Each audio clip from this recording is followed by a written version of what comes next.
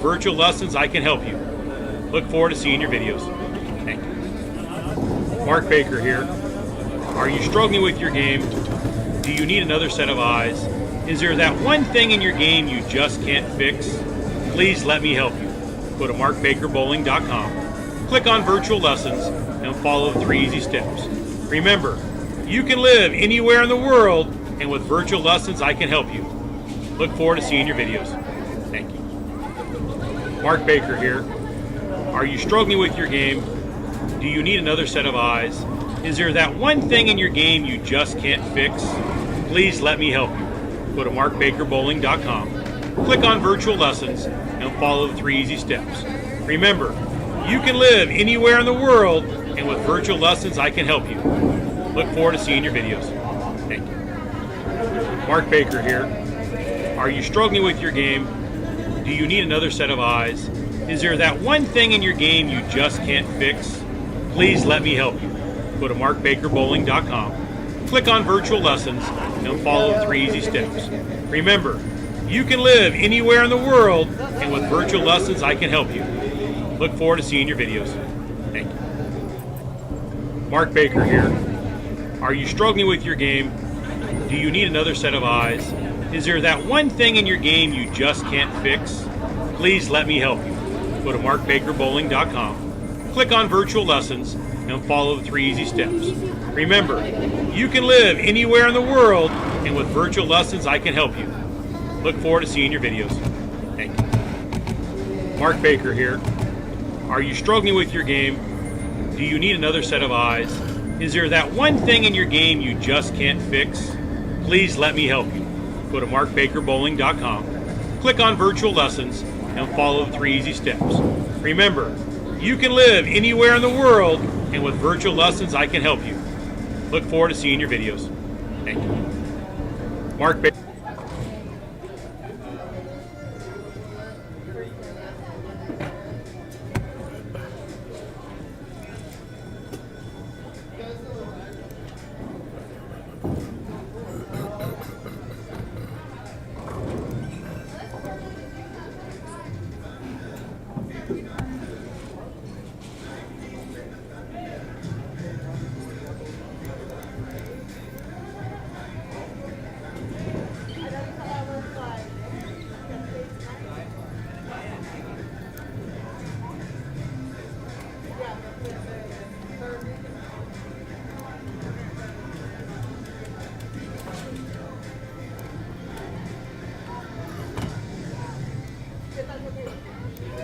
Is she established already?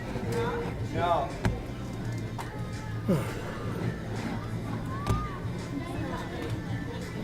I'm not worried about that.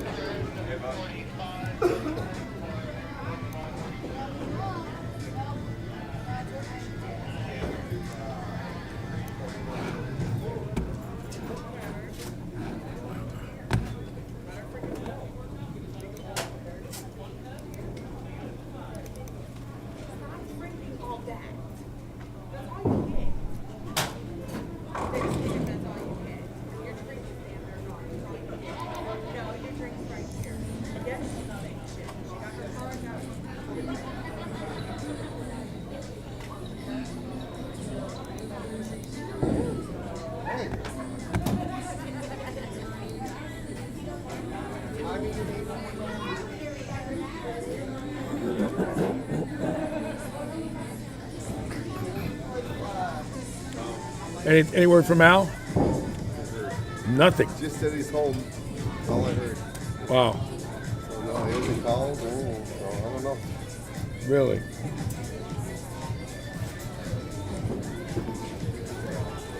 There was a picture of him posted on his team in '94 with the team out of Reading, and he's got a full head of hair and a mustache. Oh yes, he did. Oh yes.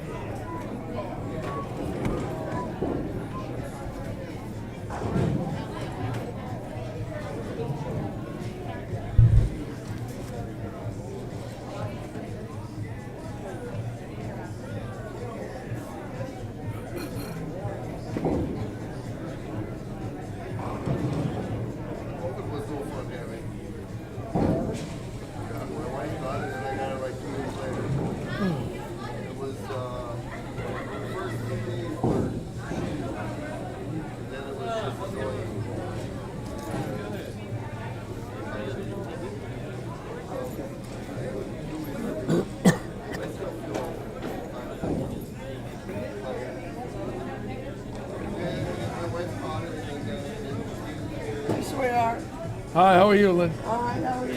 All right, hon.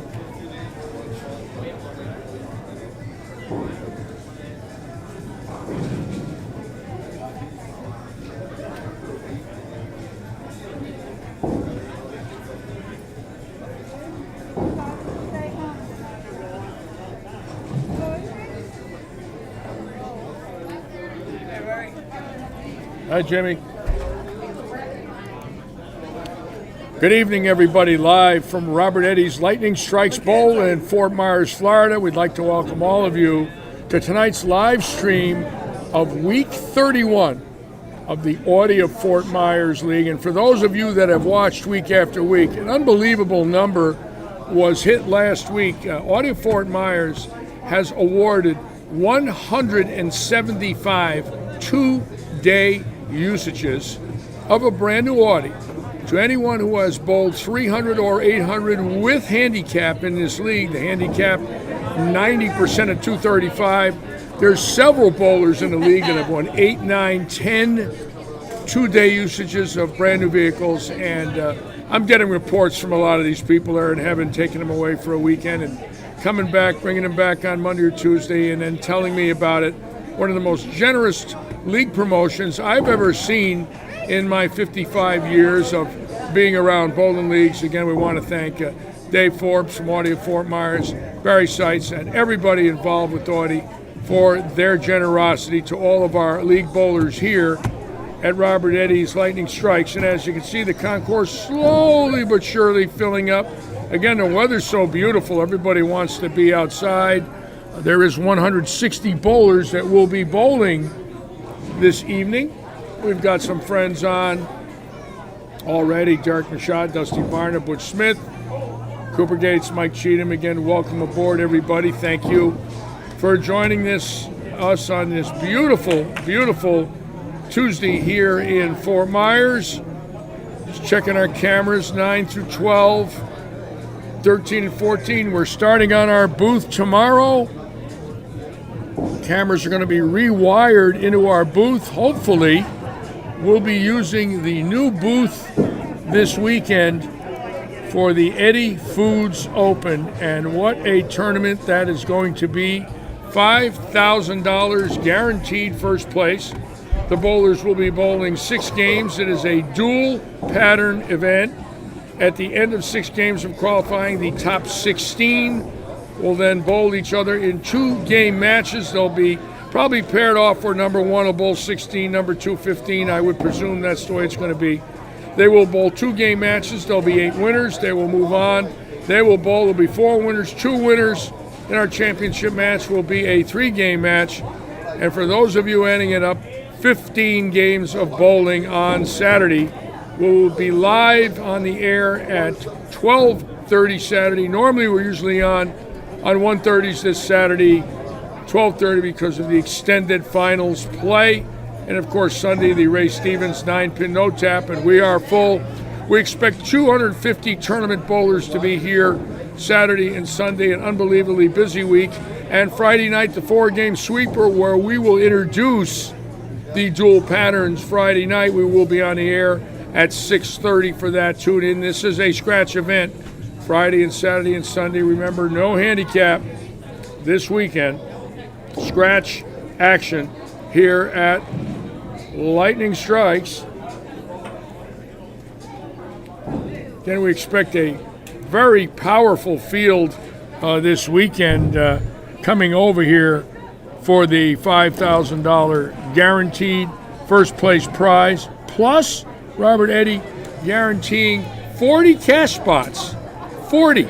That means if 80 bowlers bowl, it's 1 and 2. Just an unbelievable promotion guaranteed by Robert, our owner, who wants to make sure everybody knows now that we are running these major events. Of course, the PBA Senior Tour here on Saturday, April 10th, the Audi Pro-Am, $5,000 guaranteed into the prize fund of the Audi Pro-Am. And then Sunday, Monday, and Tuesday, the PBA Senior Tour starts its 2021 season here at Lightning Strikes. Then the next day, Wednesday, right over to Lehigh Lanes for a PBA Senior Regional. Then they're going to go up to Clearwater and then the villages. So the seniors will have 4 events here in Florida. Can't wait to see many of my friends that are going to be coming here. Johnny Petraglia will be here to receive a $5,000 check from Dave Forbes, not counting whatever else we can generate in our auctions. We've got some gifts that we're going to be auctioning off that have been donated to us from Joe Panko, Doug Clark. I have some things that I'm going to be pulling out of my archive boxes that we're going to raffle off or auction off, if you will. So trying to get some money for Johnny's charity, a Vietnam veterans charity, on Saturday, April 12th. Gil Willett on. Welcome aboard, Gilbert. Thank you all again. And the concourse is filling up slowly but surely. See a lot of room in our concourses with all our new tables and chairs, new flooring, new walls, new bar front down the low end. That bar just opened up about 5 weeks ago. And of course, to the right, our snack bar with a new front, all stone front, all the upper trim painted. I guess the bathrooms have been contracted out to have those done right after the senior tour leaves here, and the wall going in down the high end. The last 6 lanes is going to be a wall glassed in with pool tables, cornhole, and darts. So we will be a 42-lane house.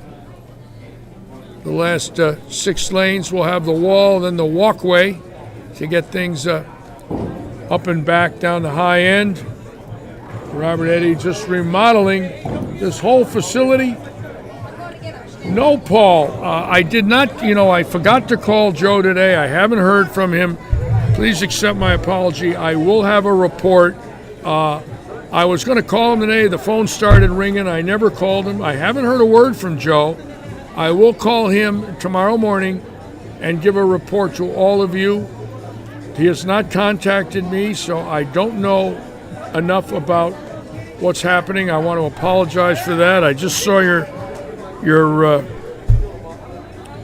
post on YouTube and realized I forgot to do it. So tomorrow morning I will be calling him and hoping that he is okay. Hey, what's up, Ken? What do you got there? What is that?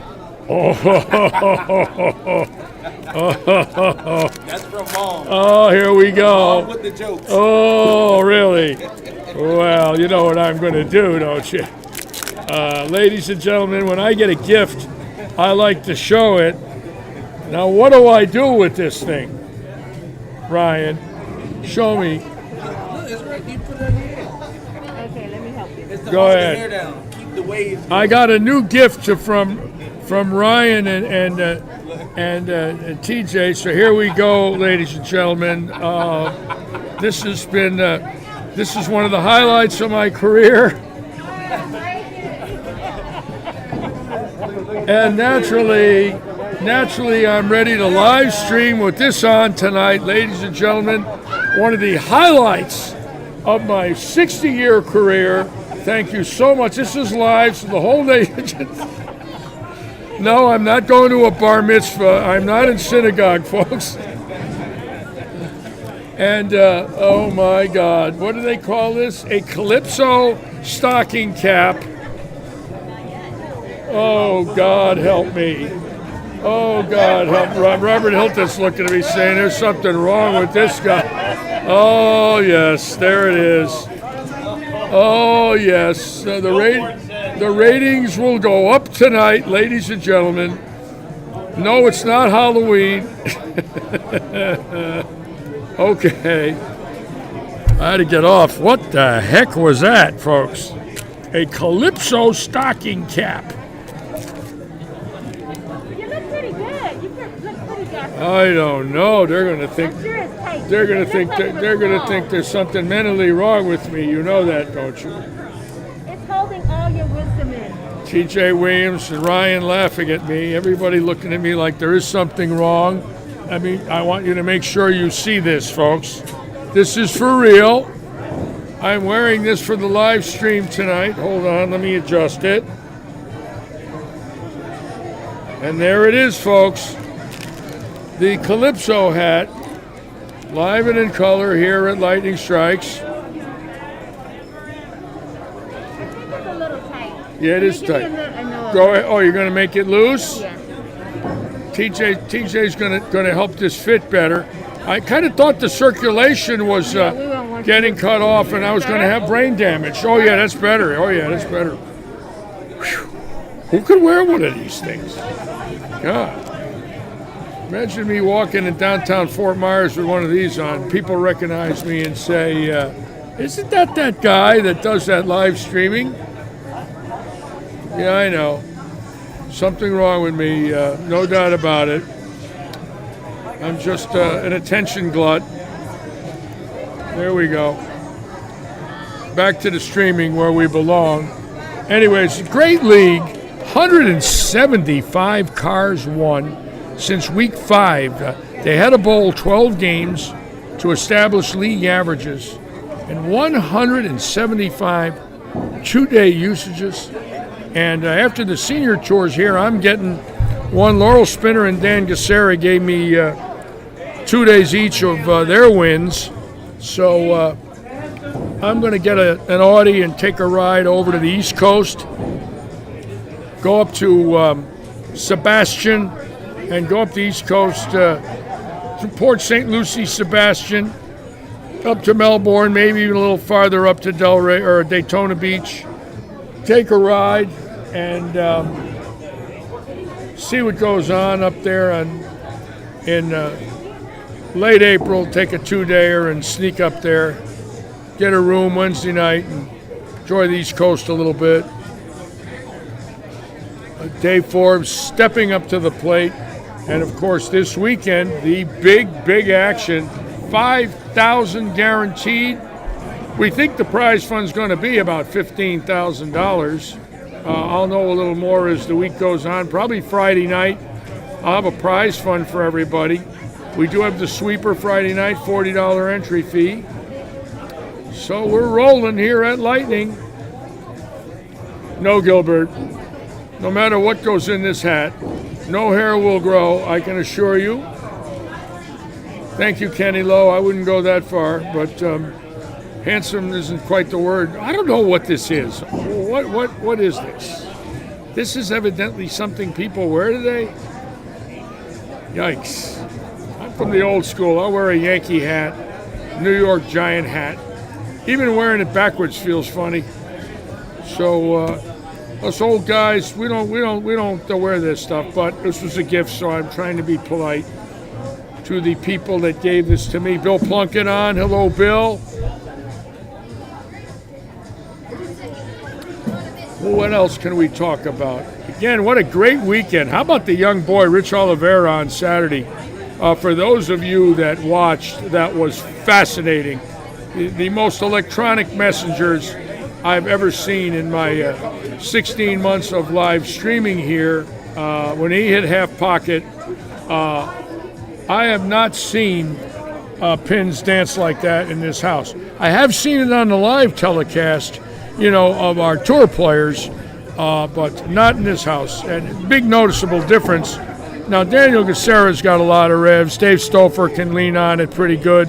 Several others in here, but nothing like what that young man had. And he was so thrilled. It was his first tournament win. He posted some very nice things Sunday during our Heinz 57 event. And you could just see the thrill in his face when he won. His 5 games of 6 were 1330, and 1 game was a 166. Paint hair on that? Like paint Yes. Ron Luchart making fun of me, because I always make fun of Ron Luchart. So he's paying me back tonight. Yes. Anyways, as you can see, the place filling up. And again, we want to send our thoughts out to Al Haltizer. If Al is watching tonight, Al, we're thinking about you and hoping and praying for you. Al Haltizer due for heart surgery. Great bowler. He's going to miss the senior stop here. We were really hoping he had one of our senior house spots. A great bowler, but recuperating, and we're hoping that he gets better and he comes back hopefully by the end of the season and joins us. Again, this is week 31.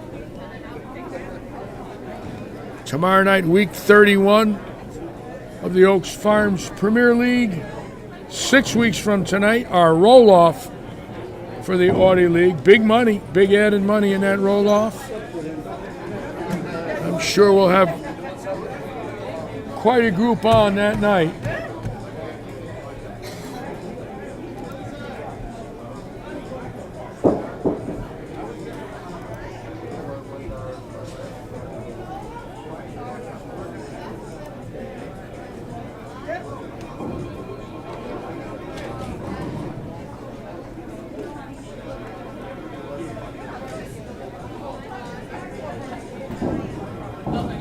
I'll grab it for you.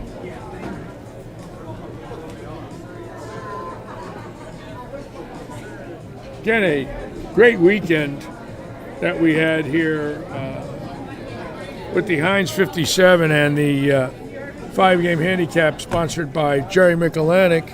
And Jerry bowling tonight, just an avid bowler, a wonderful, wonderful man. Good bowler, too. He can strike. Everybody's laughing at me. I'm still wearing it. They get a big kick out of this. Larry styling tonight. Larry wearing his new hat so he could look cool. I don't know what I look like besides an idiot. That I would say I look like. I look like a 72-year-old idiot. But, you know, when you get a gift, you have to acknowledge it. Gilbert Roulette wants Kenny Lowe wants an action story? An action story. Well, one thing I could tell you, I would never wear one of these in action back in my day when I had a full mop. And no, I go next Monday for my second shot, Gilbert. Next Monday in Sebring, the south side of Sebring. I'm going to stop and see the great Dave Davis in Lake Placid. And no, I will not be wearing this. And, yep, second shot coming.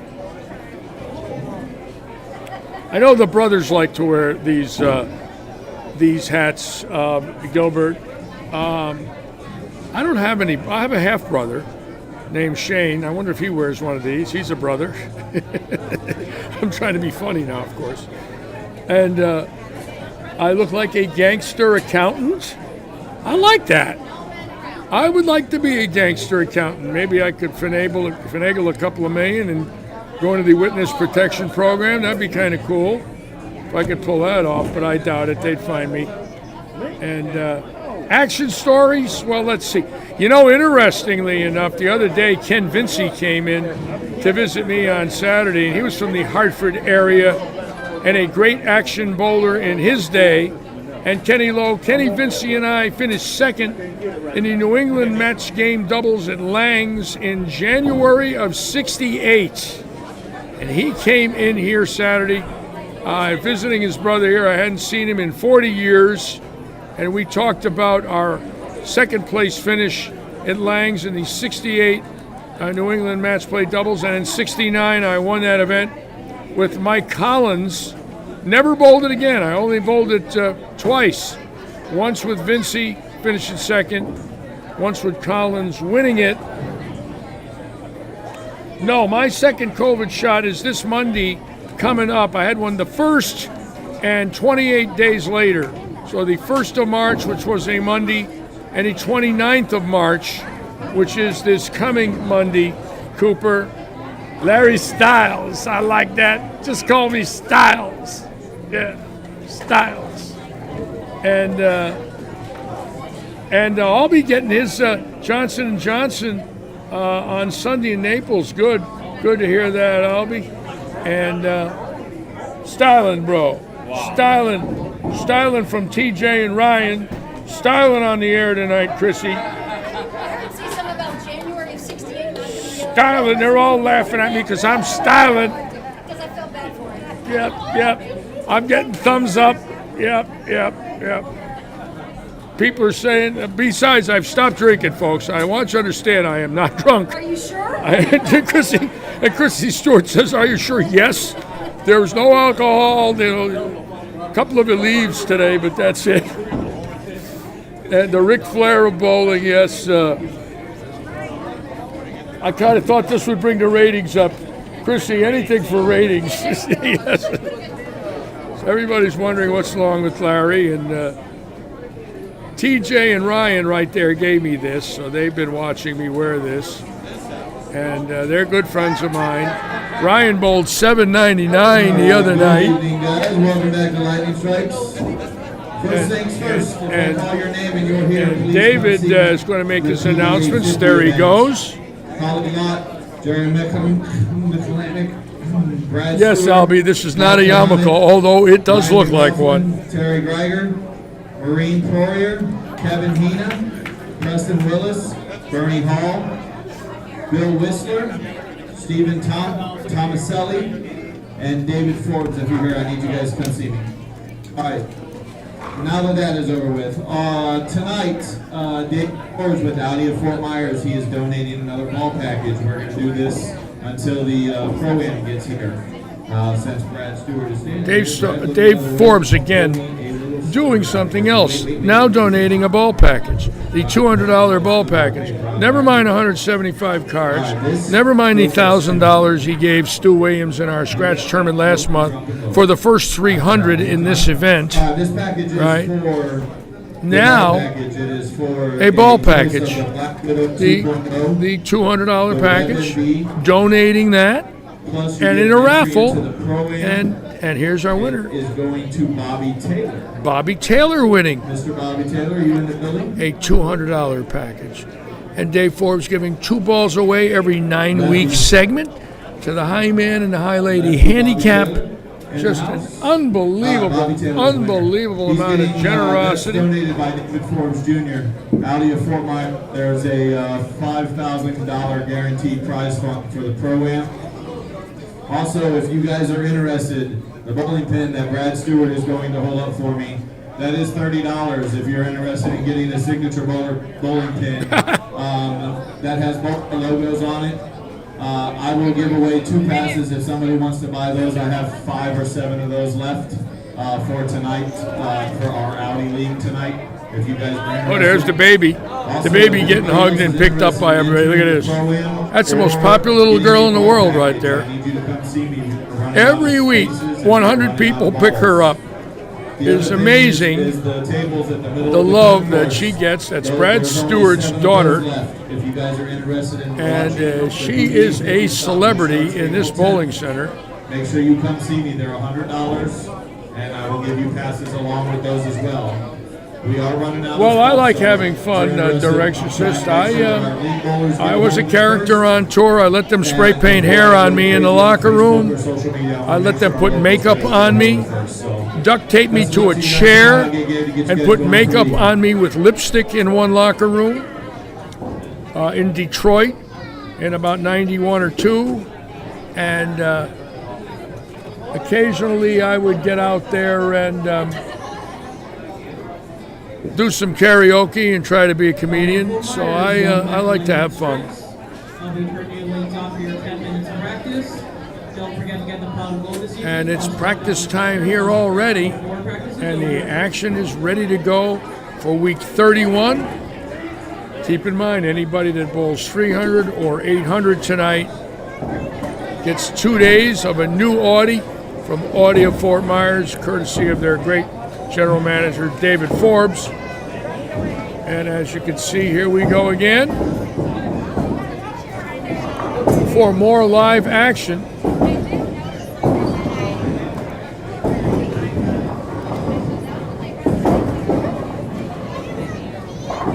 Ron Lushart, Patty Cooper, and Jennifer Dover's right there. You've seen them many Tuesdays. Scott Cooper's won several Audis this year. Left-hander, works for the United States Postal Service. There's Scott Cobb. So what we have here is some very good bowlers in this league. And of course, Tyler Altman, who has put on a show with 9 300s this year and 2 800s, 1 in 856 and 1 in 867, bowling in this league. Robert Hilton right there to the right. So we have a strong league of both scratch bowlers, beginners, handicap bowlers, seniors, some veterans.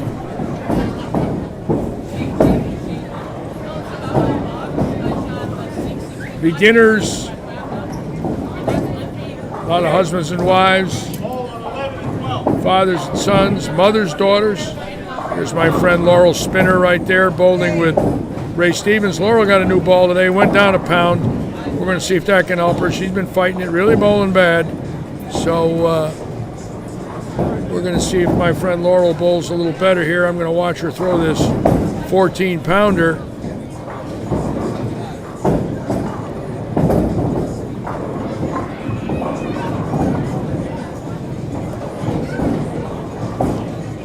See if she can start bowling better tonight.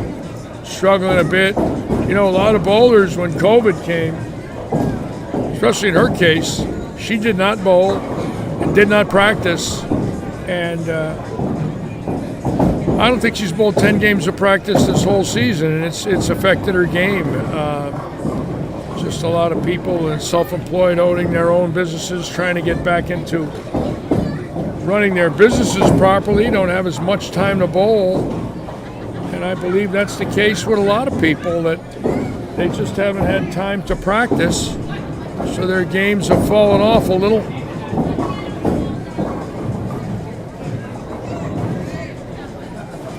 No, the guided missile carrier is not bowling tonight, but I can tell you one thing. I've not seen a ball hit like that in this house. I'm sorry, folks.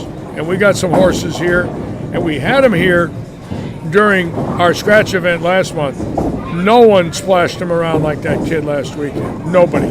Not like that. And of course, this weekend you will see the best. Not only in Florida, I expect some out-of-state bowlers here. I expect some people here from Georgia. I think they'll come in from as far west as Alabama, Mobile. I have a feeling we'll draw for that $5,000 first place. We will draw this weekend.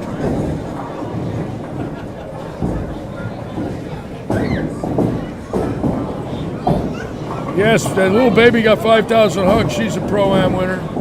Duncan Katanik on today. Hello, Duncan. Welcome aboard. Hope things are well with you in Scotland. Again, many of our longtime friends on tonight. Thank you so much, as usual, for coming aboard. Leon, welcome aboard. Leon Bailey.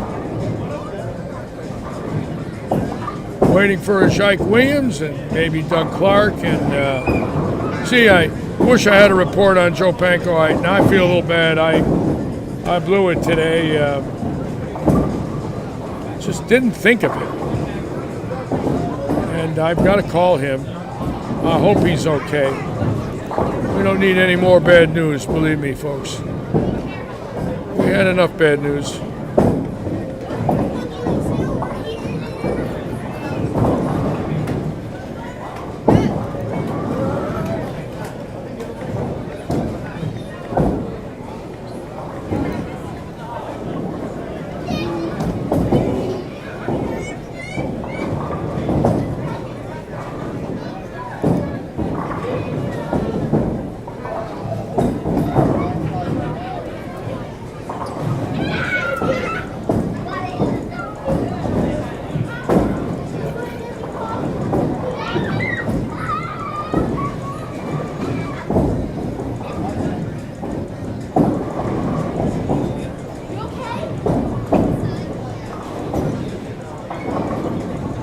I don't know where House is. Let's see if we can see him. Is that House right there? There's House on 9 and 10. We could watch House Brown tonight. So House will be on the split screen here tonight as we watch. We'll probably start off with that and try to watch these strings. I'll be going back and forth from that split to this one, and we'll just see what happens there after 5-6 frames. Try to get an idea who's got a chance to get a car and who doesn't.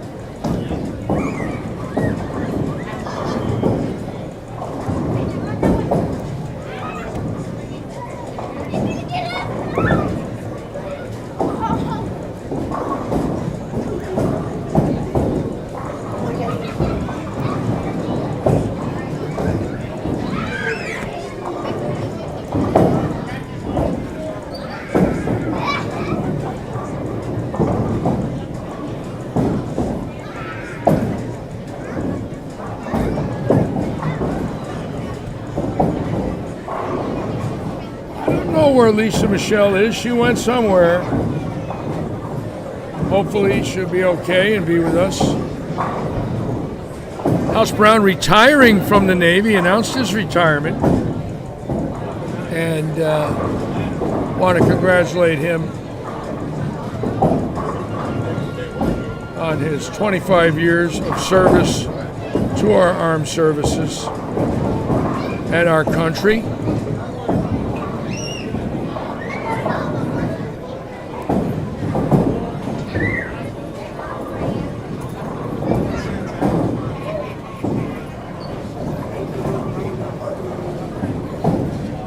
Right now, the Pro-Am is right at 100 bowlers. That's the Audi Pro-Am with a guaranteed $5,000 prize fund. I don't know entries yet on this weekend. I will find out tomorrow from Mary Berner. I will text her and give all of you an exact update on who's bowling. I'll get a list tomorrow sent to me of who's bowling. I do expect the strongest field we've ever had of local Floridians. I don't know how many of the touring players are still in town after last week's World Series. I know that Tom Doherty's coming down. I don't know if there are bowlers still hanging out in Florida after the World Series. I don't know. You know, they might have had a friend that lived here like Doherty, and they're staying with him, or somebody on the East Coast that's a PBA member. I don't know. We'll find out.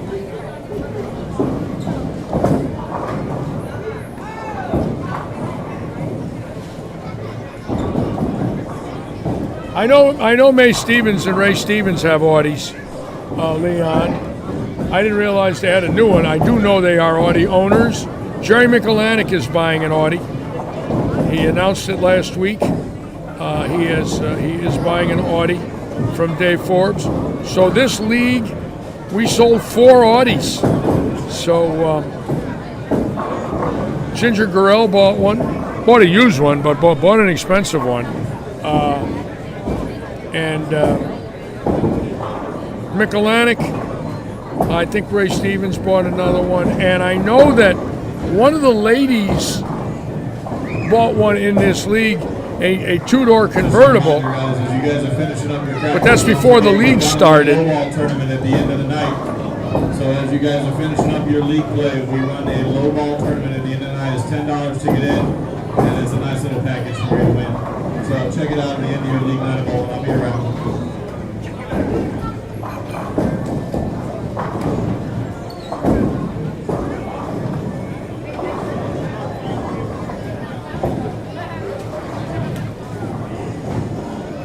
Oh, a lot of practice has to go in. There's no doubt about it. No doubt about it, Duncan. A lot of my friends, even in this league, have not bowled well because they haven't practiced a lot.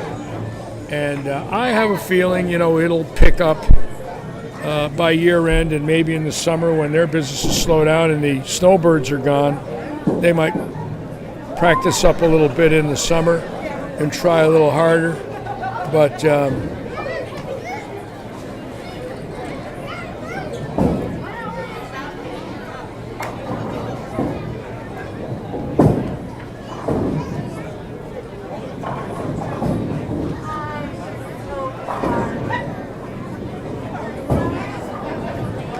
it takes time, boy, when you get rusty, I'll tell you.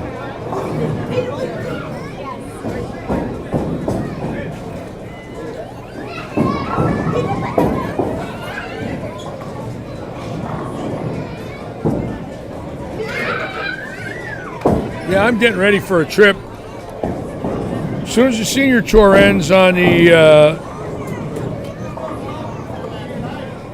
13th, which is a Tuesday, I live stream Tuesday and Wednesday.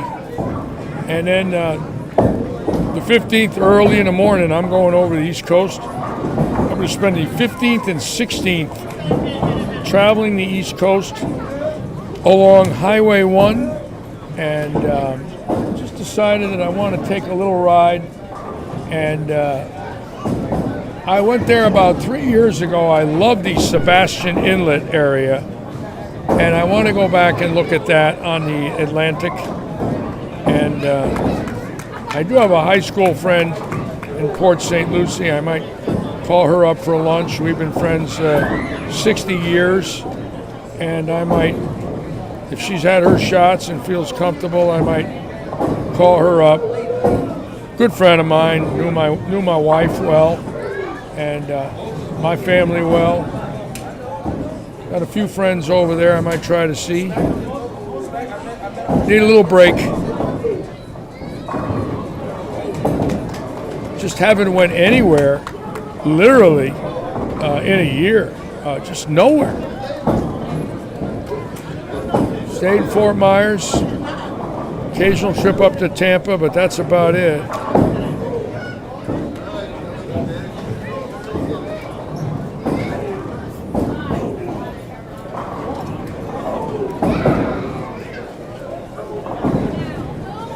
And we'll go down the low end here and watch House Brown. Maybe Lisa Michelle will come on.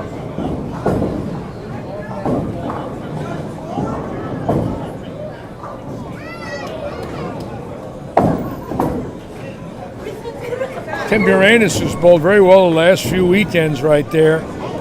Kenny throwing the ball really good, had 300 a few weeks back. First 300. Nice to see Kenny bowling well. Billy Seymour right there on 15, our GM. Getting ready for all the action.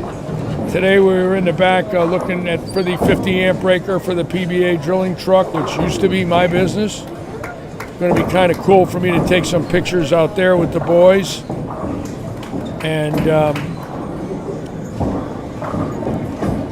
I know those trailers well. They were once in my life.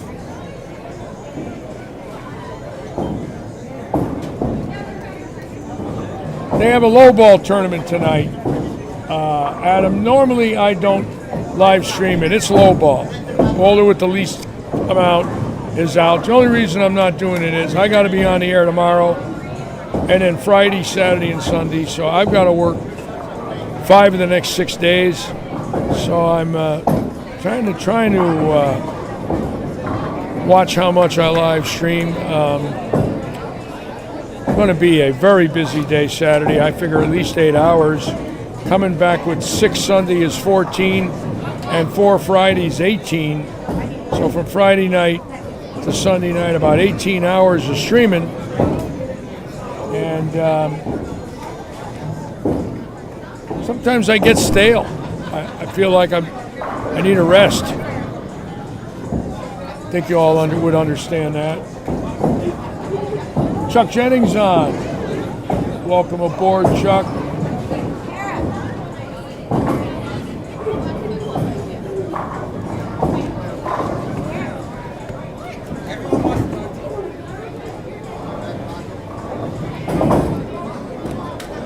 Again, we got a nice group on tonight. Rye Kanapikon, hello, Rye. Yeah, I'm very excited about this weekend. I'm very curious, too. That's a lot of money for a one-dayer. I think all of you know that have been around a little bit. 1 qualifying squad, that's it. 6 games, dual patterns. Keep in mind, the last time we had a dual pattern, I predicted 1,400, and John Janowitz shot about 1,440 in that tournament.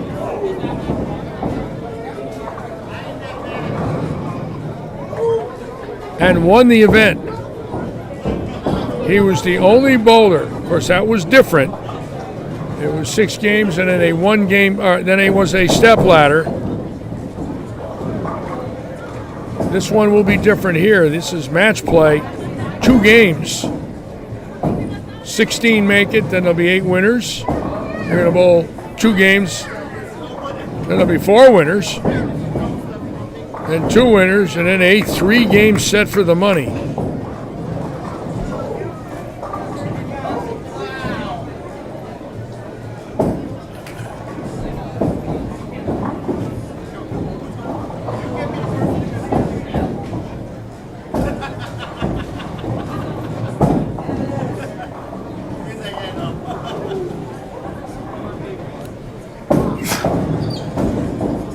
little sneeze there. It's cold in here.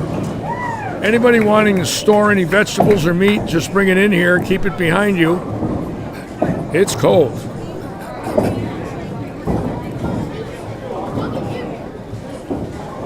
A dual pattern rye is we're going to start oiling lanes.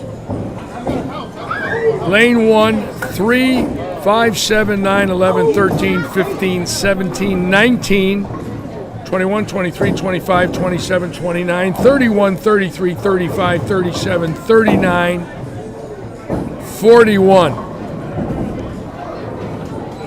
They might open them up and go the high end, 43, 45, 47, and 49. The odd lanes will have one pattern, then they will come back and go 50, 48, 46, 44, 42, etc. with another pattern. So dual patterns, each lane oiled the same, but different patterns on each pair. So 48 will be oiled like 50, 46 like 48, 44 like 46, 42 like 44, etc. Same with the odd number lanes. And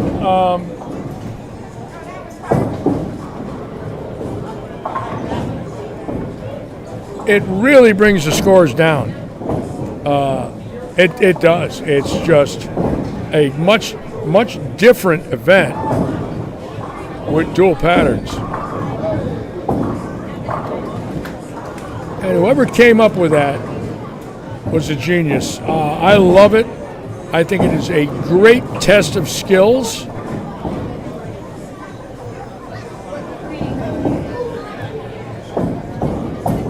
And Adam Sadar says Tyler Altman, who's had more 300s than Bobby Learn in one season in his life. It's the pretzels, Adam? Okay. Well, I don't bowl, but if they'll grow hair, I'll take a shot. And again, we're looking for large strings. Last week, we did have 7 go out. Game 1 was terrible. We had 1 in game 1, a couple in game 2, but by game 7, or game 3, excuse me, there was some 800s and big game 3. So a lot of people won 2 last week, more than I thought. We had 7 last week.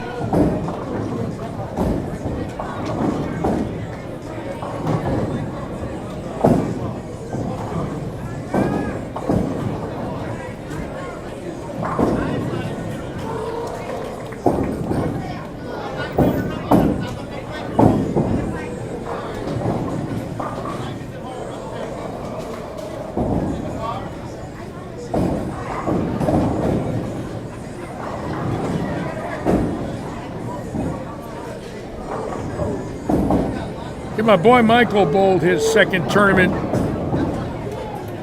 since the COVID break in Connecticut this weekend. He did qualify for the NEBA 2 weekends ago. Finished in the round of 16. Got beat by the eventual winner, Randall Dunbar, that 16-year-old boy. This weekend went up to Keene, bowled team, doubles, and singles. Shot 21.54 for his 9-game alternate, or 9-game all events. He was scheduled to bowl here in the senior stop, but is not going to do it. Rather keep his job schedule and work schedule, but he bowled well his last 2 events. Come right back with 21.50 for 9 and a top 16 finish in a NEBA. So seems like he's okay. 52 years old, still got it.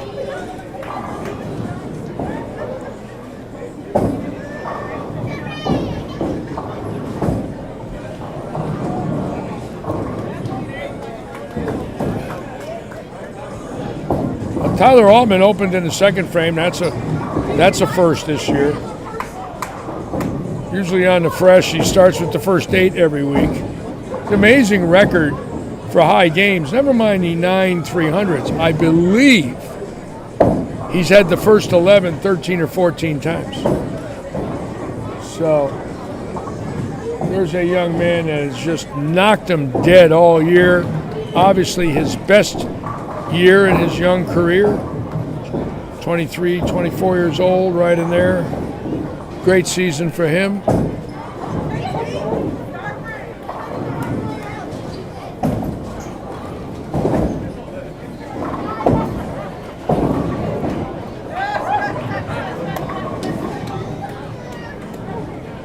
I'm surprised you had it on that long. Yeah, but I'll wear it like this from now on.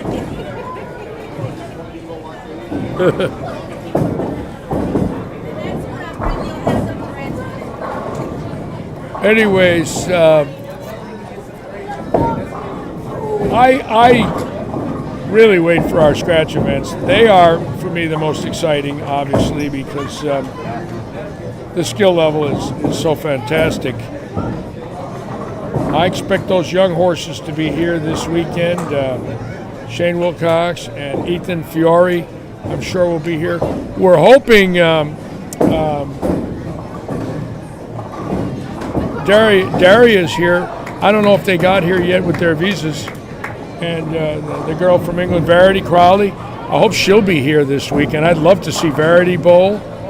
And Alyssa Ferraro, I don't know if she's coming, but I want to see some of the young girls here bowling for that 5,000.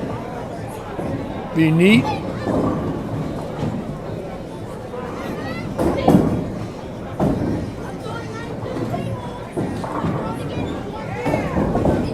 Now we do have 4 in a row on 9 and 10, so let's get a close-up here. It's like they're bowling a blind, so they're going to get done real quick.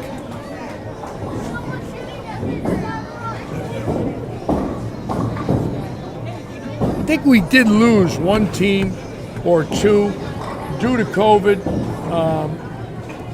I believe we're at 38 teams, which is very understandable, obviously, in today's day and age, that a team would drop out and just didn't feel comfortable.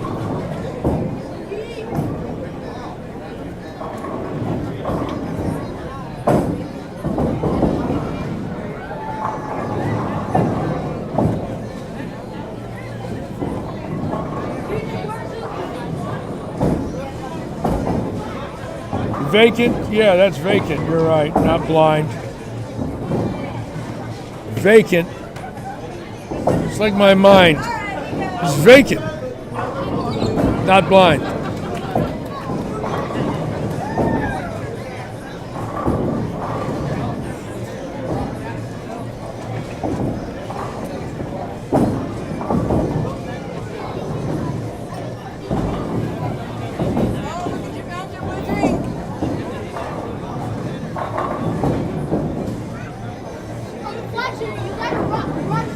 Seniors getting excited after missing all of last year. A lot of bowlers, turned 50 and could not bowl. There just wasn't any action. This thing came in on March 10th and knocked the senior tour right out. So many of them now bowling this year.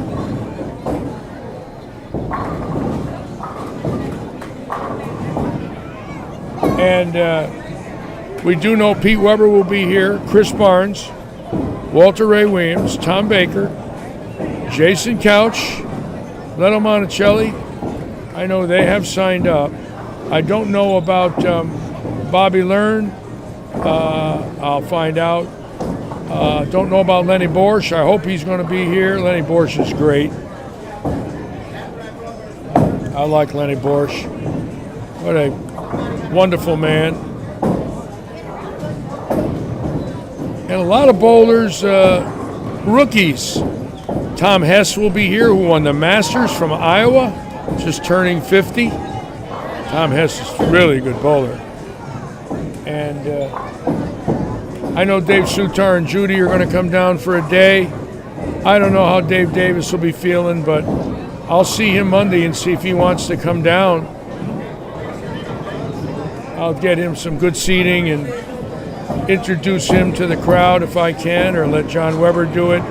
Be kind of neat if we could get the 1967 Player of the Year here.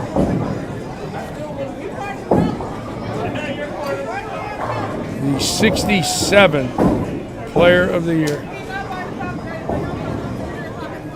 Still 4 of them still with us. Bob Strampy, Bowler of the Year in 64.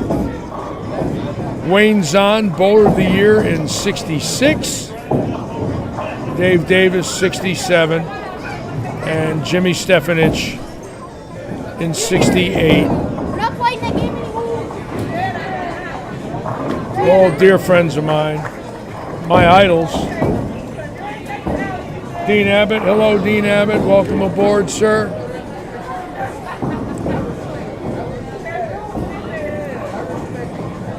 We're gonna go right here and see if this next bowler gets a 5-bagger.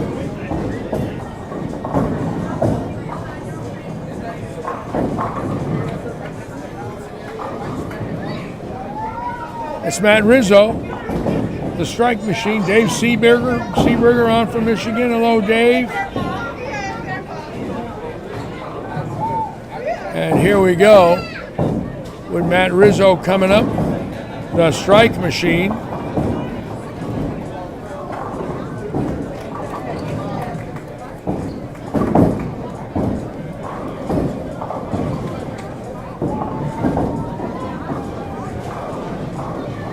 Bruce Kaiser starting with 5, and Stouffer right behind him. So we got a few strings here early. How about no? Now how does that grab?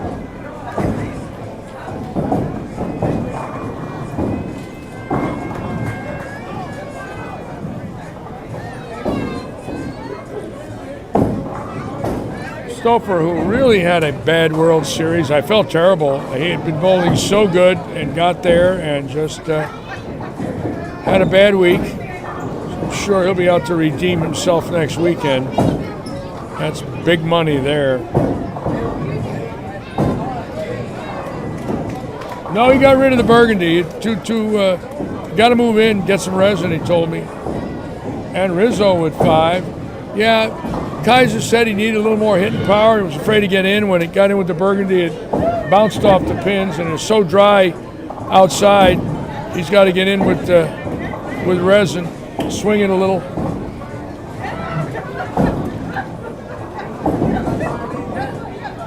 And we're looking for strings.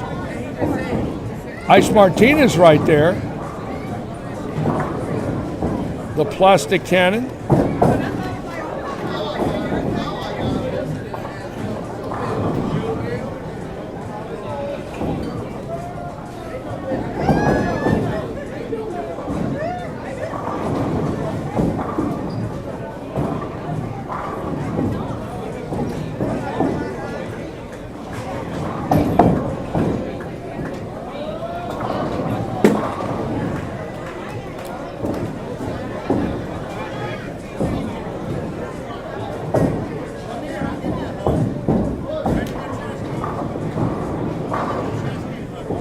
Seymour's got that sweet roll, boy. Sweet Billy.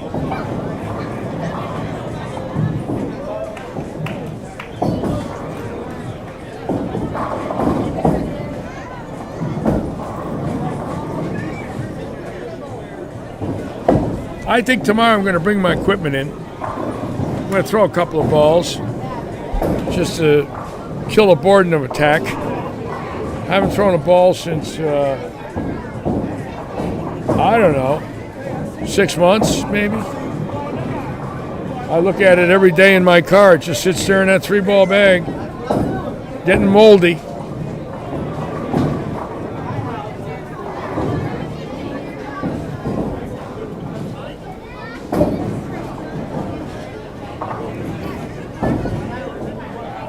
Now we're going to watch the cannon.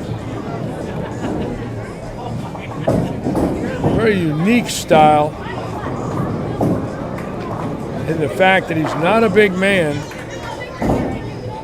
and one of the few that I've seen that uses very controlled, weak equipment and bowls well with it.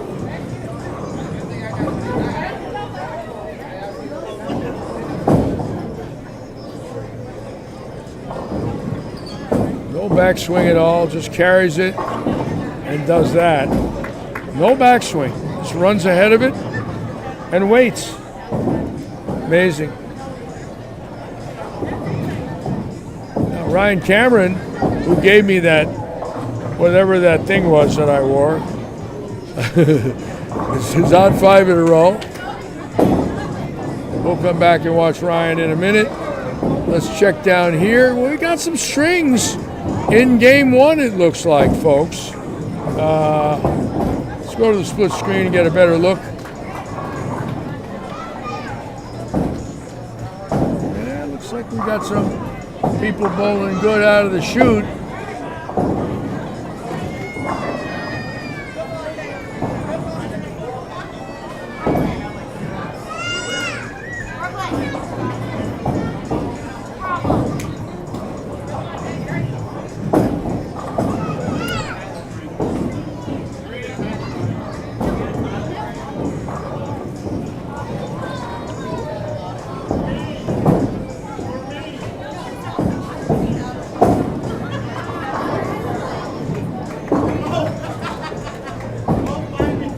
Talking to Brian Robinson today. B-Rob getting ready to fly out to Reno and the Masters. Stopped at Kegel after the World Series. Did not make the cut there. You could tell he was pretty down on himself. But hung out and went to Florida. I went to Kegel for a few days. And he sent me his videos today. Hi, Richard. Welcome aboard, Richard. He sent me his videos of his coaching from Randy Stoughton and Del Warren.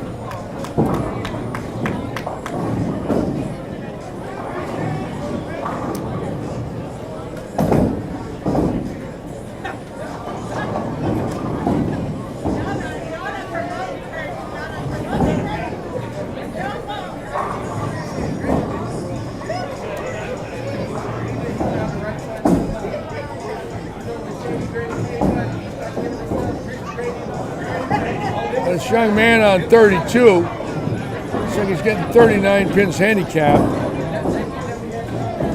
So he gets this strike here. He's right on the number. Oh, solid 10, a good shot.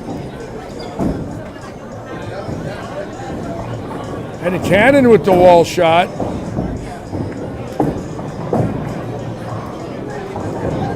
The cannon.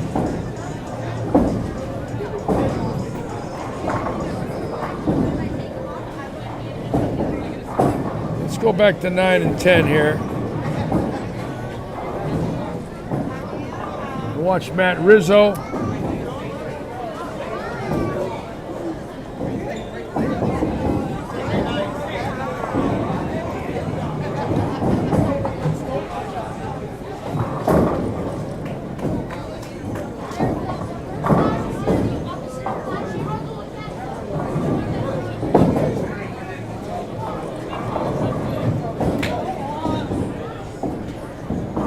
Rizzo last year averaged 241 in his house. What was the high average in this facility last year?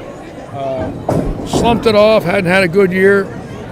Bowls right-handed sometimes, but he's a young man that when he gets it going, he can strike. There's Kaiser now coming up. Both him and Stouffer missed in the 6th there.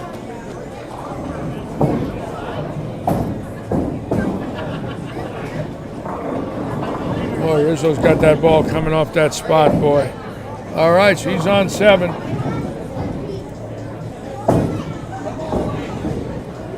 Got 2 lefties now stringing him, Rizzo and Martinez.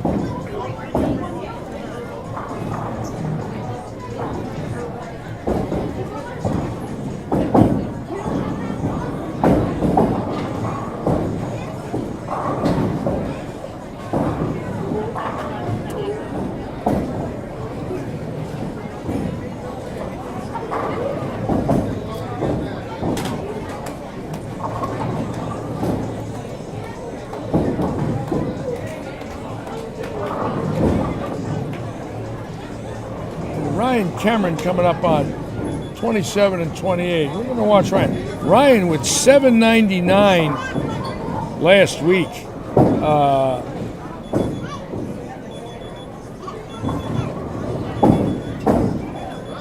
That is a monster. I got 2 cars last week with that 799.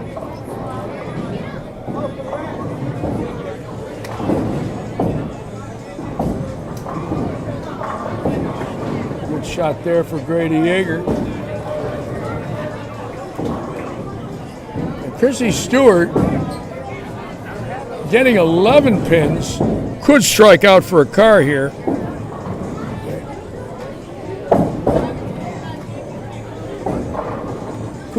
Could go 289. It's got 290 in the wood to get a car. So let's watch Chrissy after this ball from Bobby Trent on 25, and then Ryan Cameron here, the 3-stepper. And Rick Wolberon, yes. I have a 71 right now. From Vermont. Watch your son shoot 300 at Town Bowling Academy. Rick, I watched Big John throw it. Got a great round of applause from Marty Capullo and Debbie and the wonderful people there in Schenectady. Boy, do I miss them. You talk about some bowling people. They are the best. Yes, at the Donato, I saw it. Got the 500, I saw it. Joe Donato, the PBA charter member, a legend in Schenectady, Albany. Joe Donato was good friends with Joe DiMaggio. And Chrissy Stewart, again, that's one tough lady right there. We will be on the air at 12:30. The tournament starts at 1 on Saturday instead of 2. A little earlier check-in time, a little earlier time because they're going to bowl a lot of games. They got 6 games qualifying. Then the top 16 bowl 2 games, so that's 8.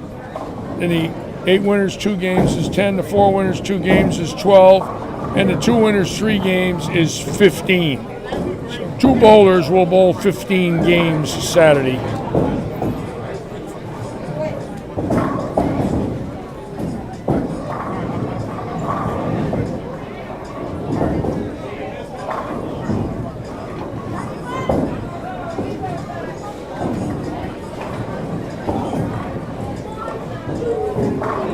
Ryan Cameron, he's learning how to bowl.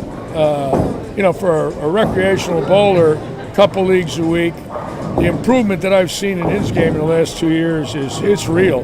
There goes Tuesday Tyler. We're waiting for him to get going tonight. I figured at least be 8 in a row by now.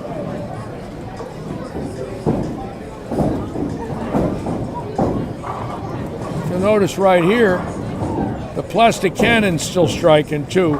So I'm going to put it on split screen. We got Matt Rizzo and the plastic cannon, 2 lefties. Right now, perfect.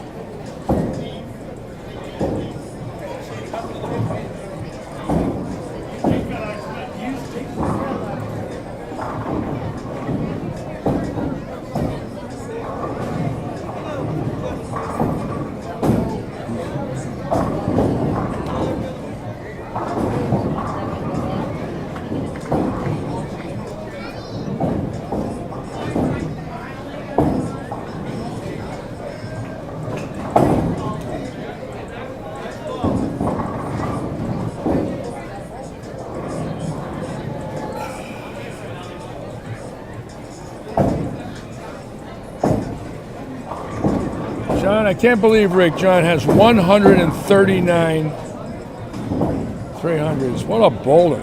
My God. Those perfect walking steps, just walks. Not a lot of back angle, pretty erect at the line. Drags that right leg. Great rev rate. effortless power. I'd like to see him again. It's been a while since I've seen your son, Rick. And Jimmy Argy from Martha's Vineyard. I have a feeling that I might see Martha's Vineyard soon. It's got this gut feeling that sometime in late June, early July,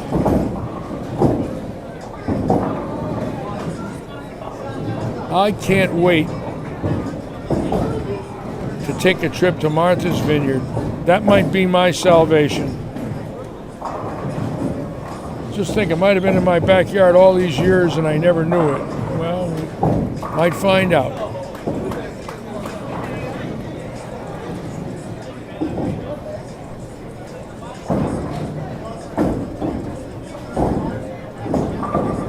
Now Rizzo, here he goes. And a late 7 for Rizzo, really missed left on that. Ball never recovered. So we'll go right up to 23-4 now and watch the very unique Isaac Martinez. The amazing thing about Ice's game, if you watch, when the ball is at his side, it only goes back about another 4 or 5 inches. There's literally no backswing, and he runs ahead of it. So his timing is perfect. When he gets to the line, he's waiting on it. But watch it, he carries it, bent elbow, carries it, runs ahead of it, and then just waits and then gives it some gas. Unique and very good at what he does. Very quick too. Once he gets up on that approach, watch. Doesn't take him long. Him run after it. See that? Doesn't even go by his leg. See that backswing? That does not go by his left leg.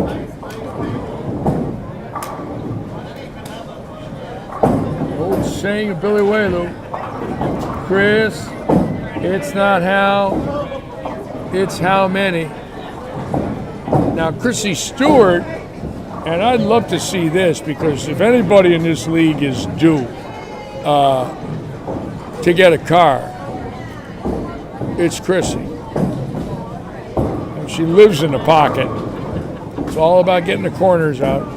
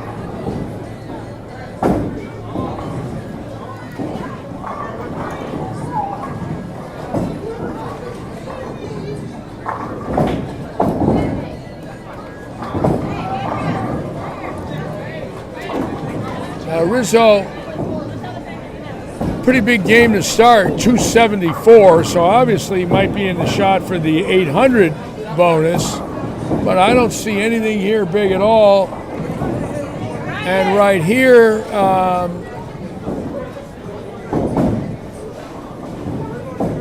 definitely Ken, the last bowler here, could win a car. Check it out. Oh yes. Ken strikes here, he's still in the hunt. That's Ken Moranis. Let's watch Kenny throw one ball.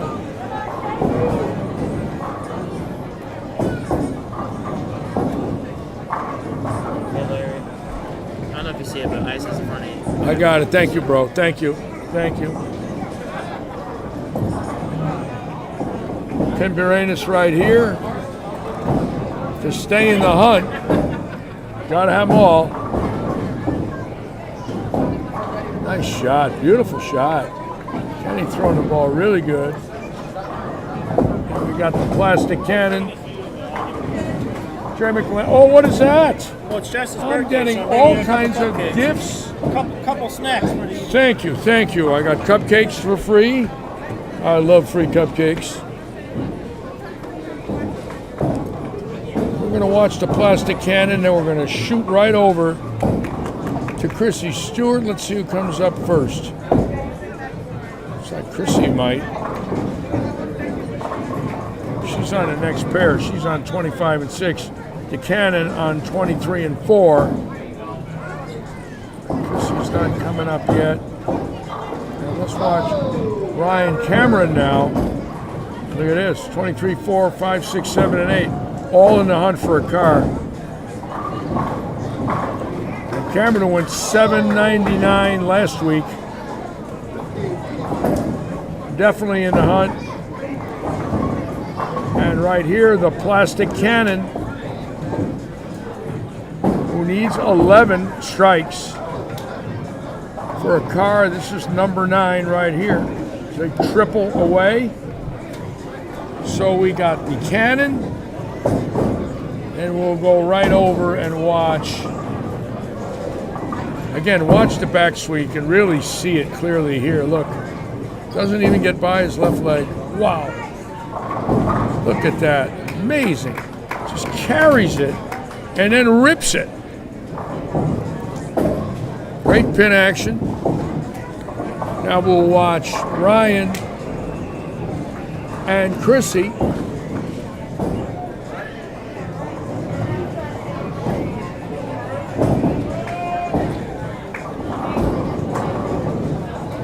Look, Marquilla's just going to miss.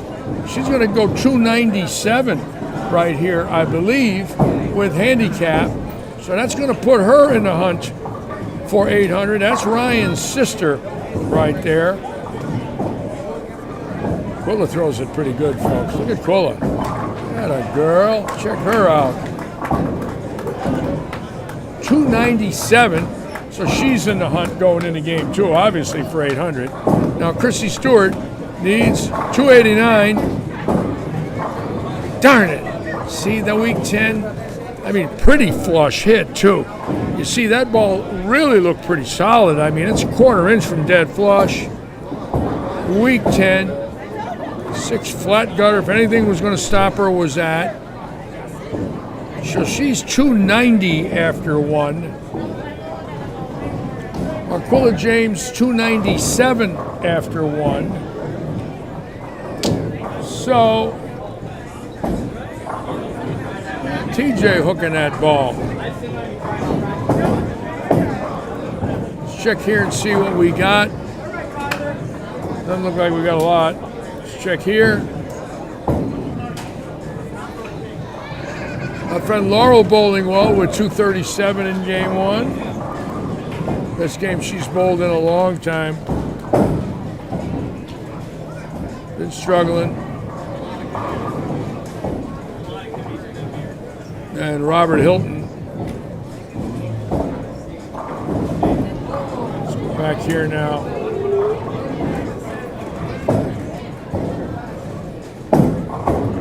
And there's Chrissy, 279 and 11, 290. Look at that, 280 right there.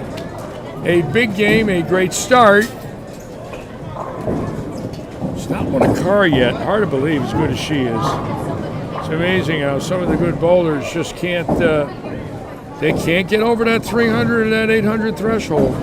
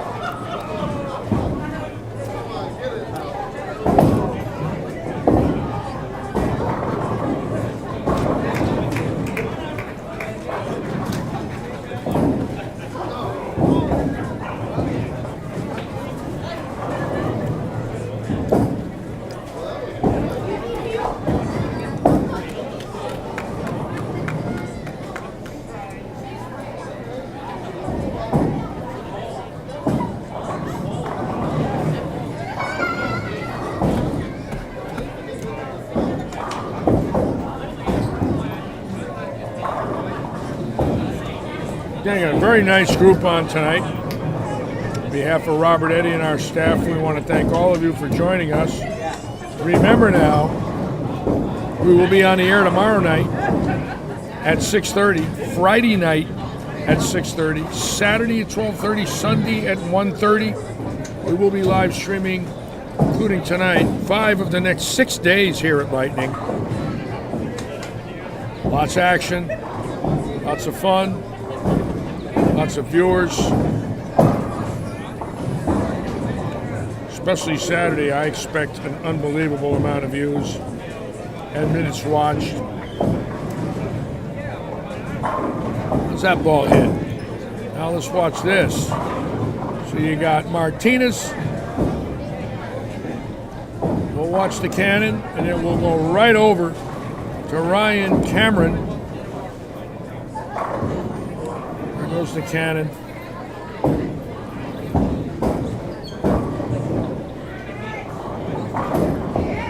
Boy, is he good. What a touch at the bottom of that, if you call it a swing. I don't. It's not swinging. It's just hanging there, but his touch is just gifted. Come on, Ryan. Atta boy, that's 11. Okay. So that's a car. That is a car on that shot. He's getting 11 pins handicap, and his sister goes 297. Now we'll watch the plastic wizard throwing weak urethane, the urethane cannon. Oh boy, look at that, got it way in. Probably one of the worst shots I've seen him throw. Let's watch Ryan now for 300. Yeah! Ryan Cameron. Yeah, that's a nice way to win a car, huh? That's the real way. 300 without handicap. I love it. Ryan getting hugged. Ryan's got all the hugs coming now. Let's watch the hug section. There it is. Hugs. Hugs. Fives. Ice Martinez hugging his mother. Gonna hug Brother Ice. Check him out.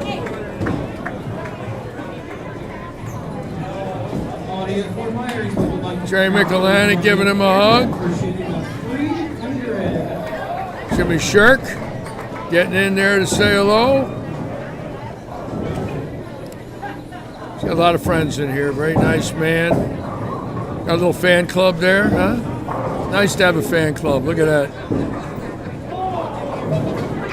Ray Stevens going to go up and give him a free mortgage from Paramount Residential Mortgage Group. See if Dave Forbes gives him a free car. He can leave tonight with a house and a car. Pretty cool, huh? People love 300s, don't they? Isn't that amazing? When you watch it time and time again, there's just that thrill that everybody just has to go up and congratulate you. And it's fun for me to watch it.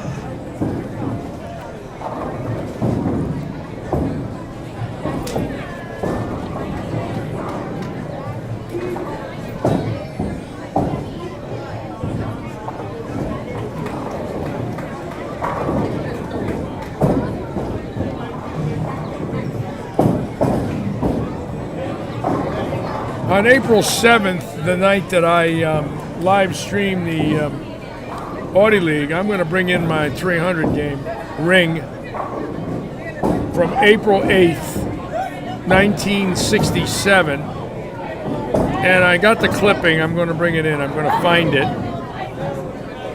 And the clipping says 17-year-old high school senior shoots 300 in state tournament.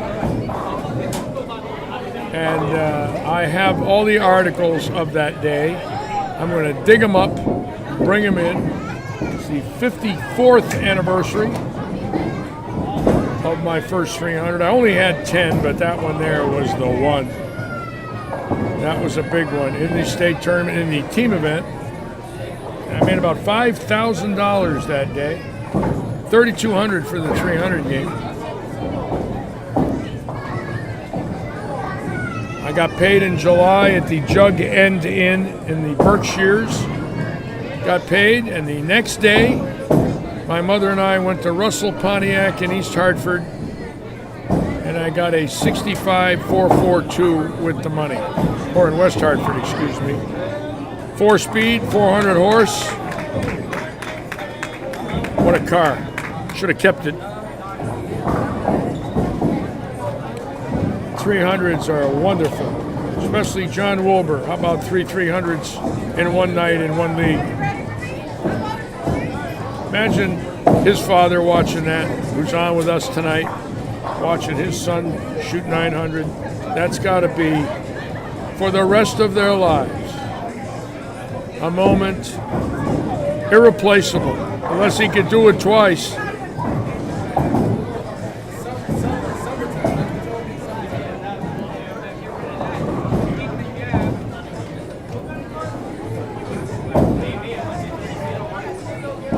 Think of all the great bowlers in the world today, and Belmonte's never done it. Kyle True, Tackett, never done it. Walter Ray, Duke, Weber, Tom Doherty.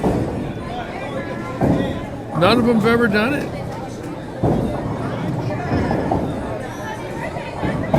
It's very tough.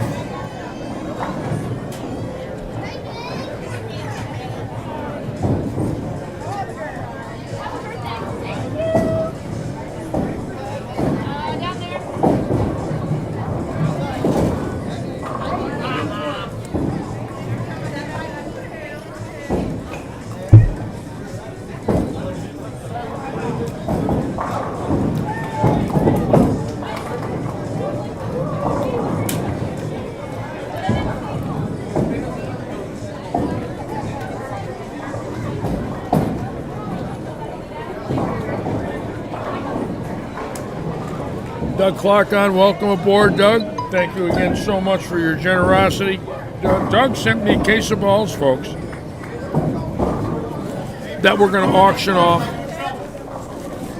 at the Johnny Petraglia charity that Saturday. We're going to be auctioning all day, incidentally, nonstop.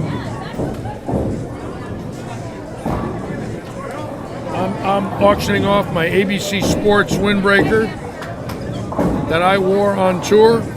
And Johnny will be here, so whoever wins that, Johnny will autograph it for them.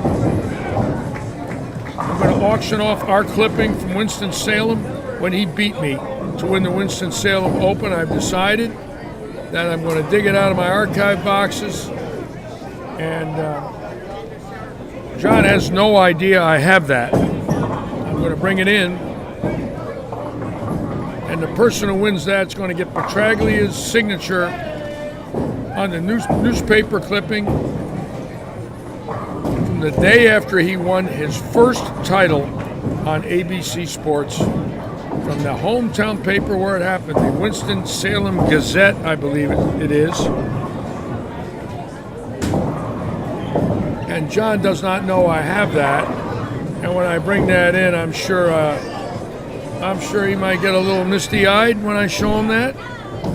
Somebody is going to get a nice piece. I'm going to put a $200 starting on that clipping. I think we'll get a lot more than that. $250, I mean. $250 for that sports page clipping. It's the full sports page too. It's never been cut.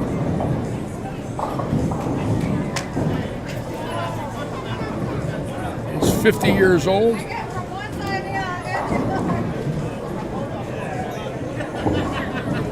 Coming up, Paul, I have the clipping from the Winston-Salem newspaper that Sunday. The tournament was February 20th, Saturday. February 21st was a Sunday. That's the day of the clipping.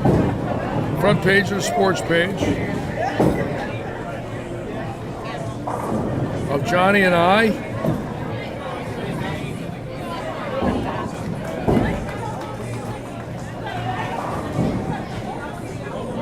was 21, he was 23. How's that one?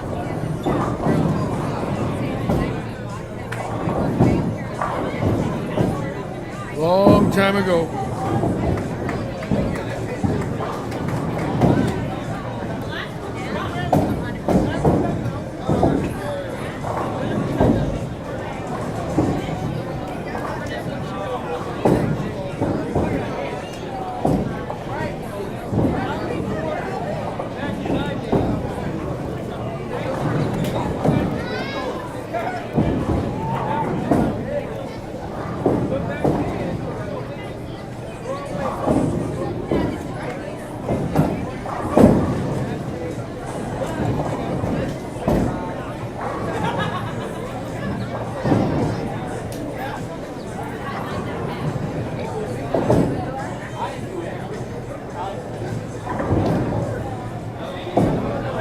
Pretty good crowd tonight here at Lightning. Everybody, of course, daylight. You know, it gets dark so much later now, and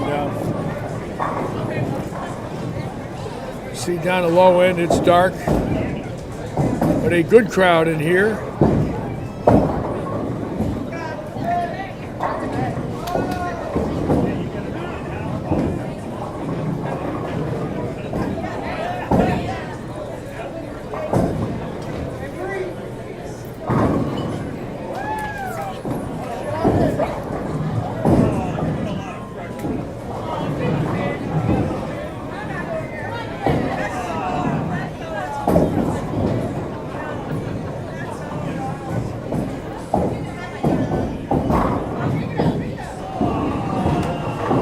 Watch Ryan Cameron coming right at you now. 300 in game one, started with a strike. Watch the three steps.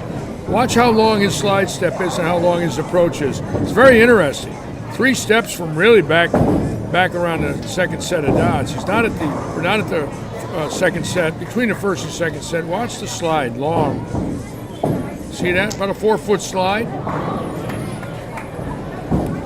And he struck.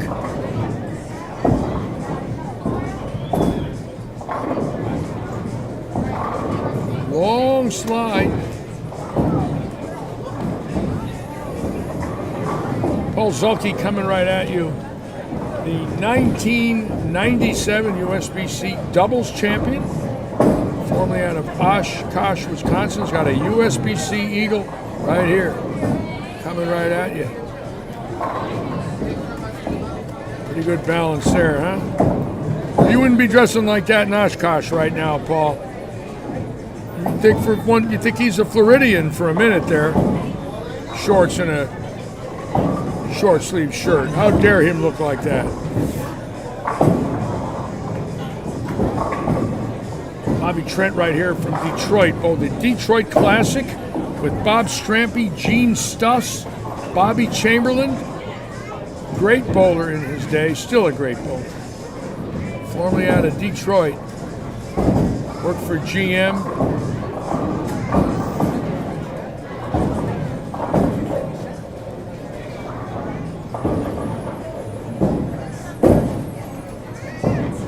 The auction will be Saturday, Tom. I don't know when. I will have that for you Friday night of the event.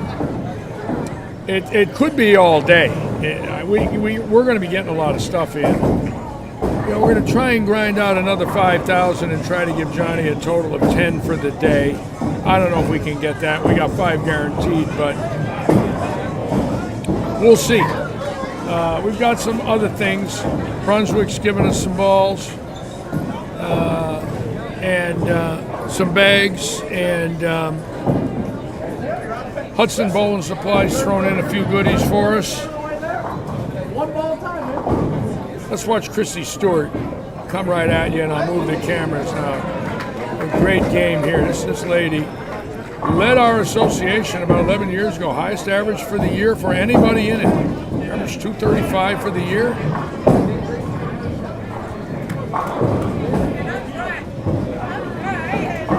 Really sliding way behind the foul line. Isn't that interesting?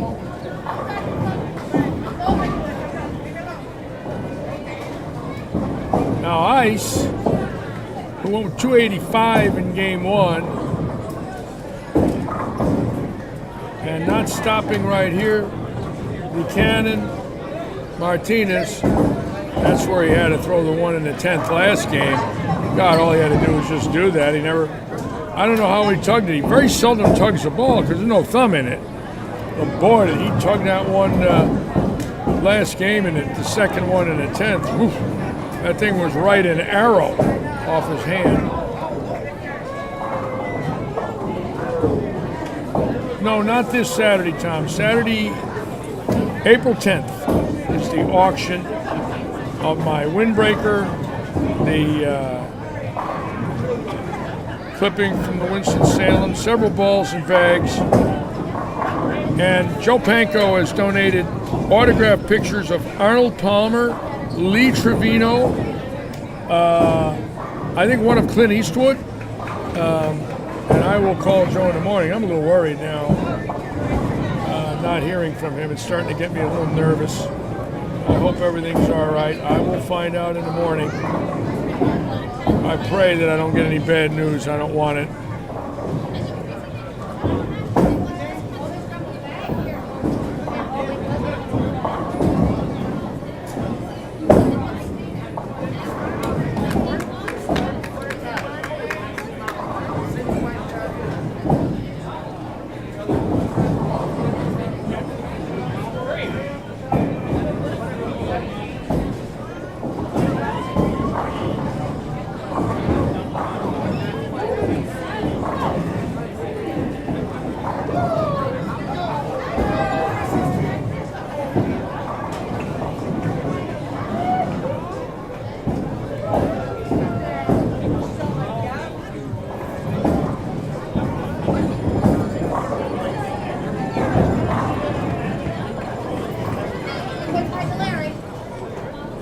Oh, look at over there.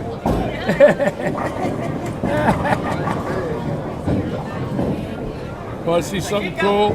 Check the baby out. The baby's in that bag. Look. Chrissy's wheeling the baby in the bag. Keep going, Chrissy. Keep going. Watch this. Look. The baby getting a ride from Grandma. Instead of bowling balls, it's a baby carrier. Check that out. That's pretty cool, isn't it? A USA tote with a baby in it. How's that? That's pretty cool. I like that. Look, now she's going to bring it back. Oh, yeah, with Grandma. There she goes. It's funny. Oh, check her out. That's beautiful.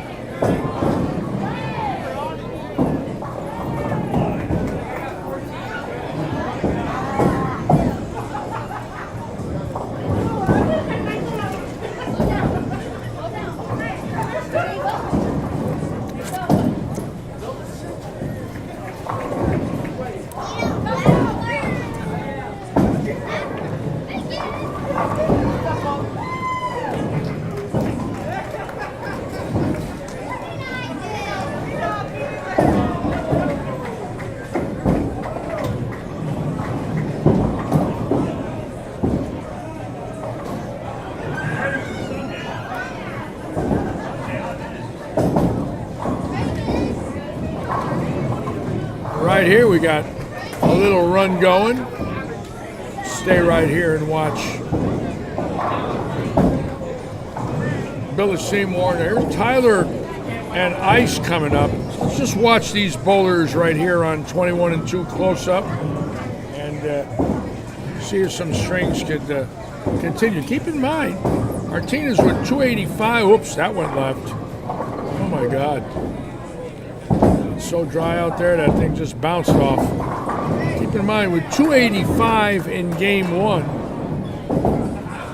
it's a lot of wood. So he's looking at the possibility of 800.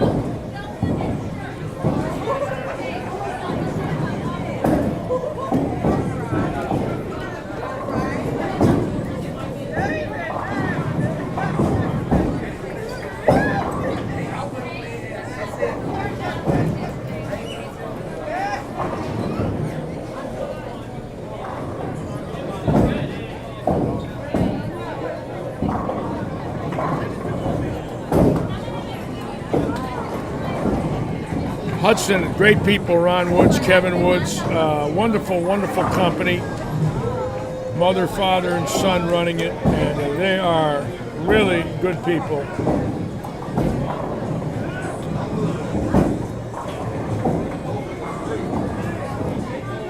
And here goes Tuesday Tyler on Tuesday. Boy, you never know with him. He could just explode at any moment with the year he's had.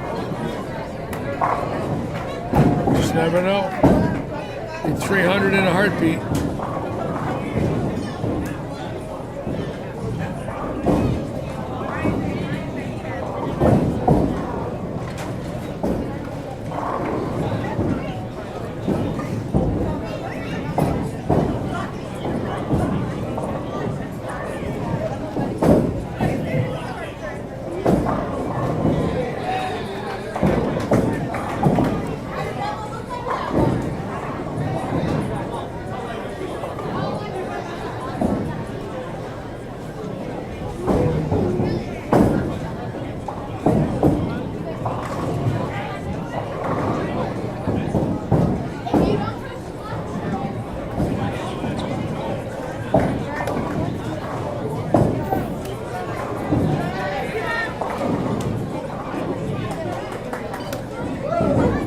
Tommy Hudson is retired and has been many years. I have not laid eyes on Tommy Hudson in 18 years. And before that, I hadn't seen him in, I think I've seen Tommy Hudson once in 25 years. Had a pro shop in Naples for a while, got out of there, and I guess somebody said he's in Leesburg, Florida. I don't know.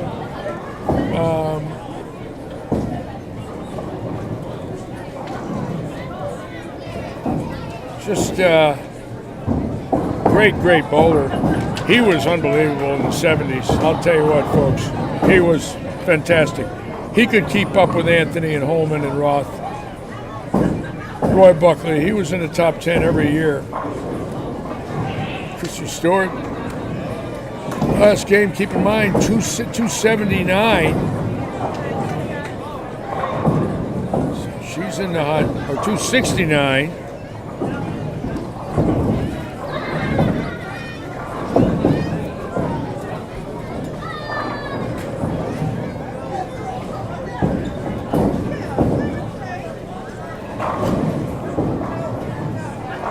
Of course, Hudson had the honor of having his name on a ball with Brunswick.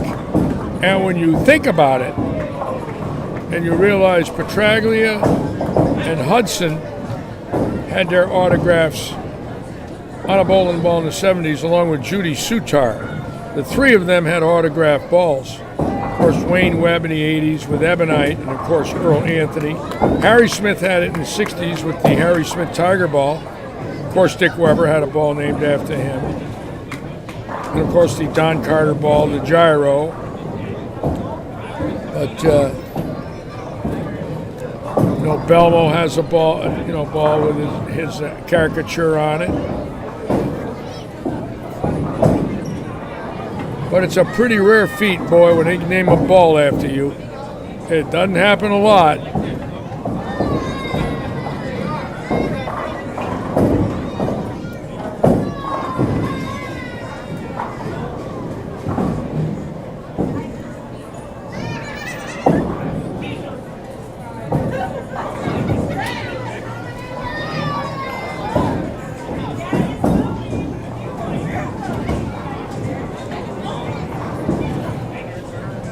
Right here to 9 and 10. Remember, Matt Rizzo had a pretty big game last game, bowling another one here. He might have a shot at 800. If you look at his scores, we'll look at that.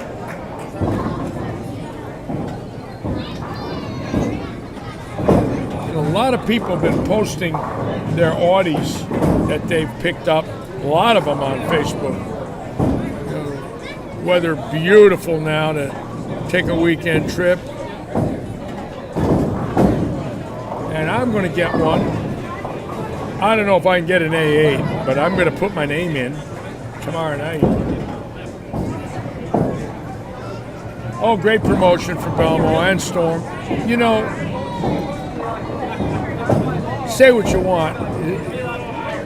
So articulate and so polished an interview that to listen to his dialogue when he gets in that PBA booth, my God, what command of the language he has. It's fantastic to listen to. I really enjoy listening to him. Very articulate, and I'm sure as his career winds down, they're going to have him in the booth a lot with Randy. Wouldn't surprise me a bit.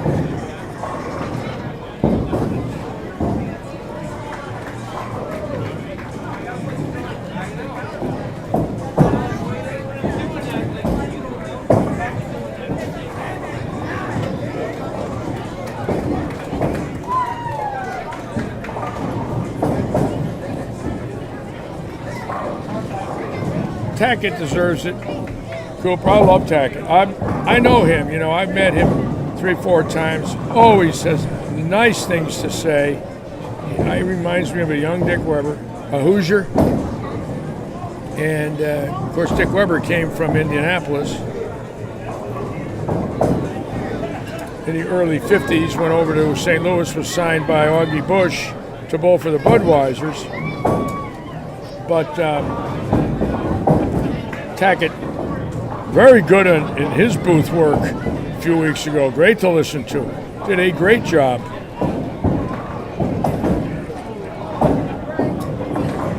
Young kids are gifted. Absolutely gifted.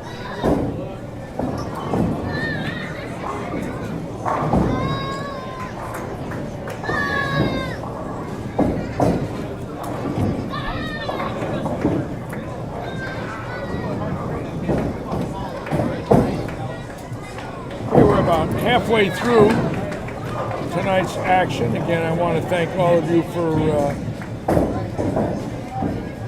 joining us here in Southwest Florida from around the country.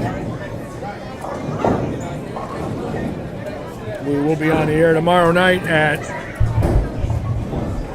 6:30. Friday night at 6:30 for the 4-game scratch sweeper. Again, Saturday 12:30, Sunday 1:30. So we're live streaming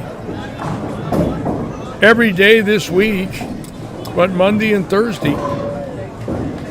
Tuesday, Wednesday, Friday, Saturday, Sunday. I get paid $1 a word, so I'm going to make a bundle this week.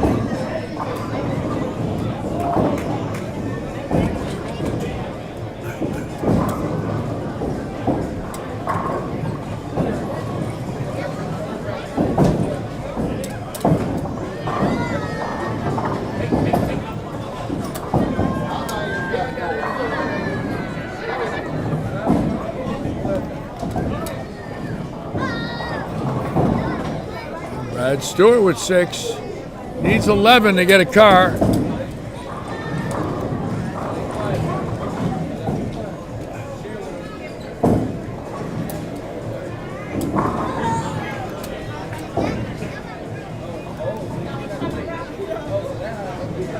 Matt Rizzo putting it out for another big game here. Keep in mind, he had a big first game. Rizzo looking good right now.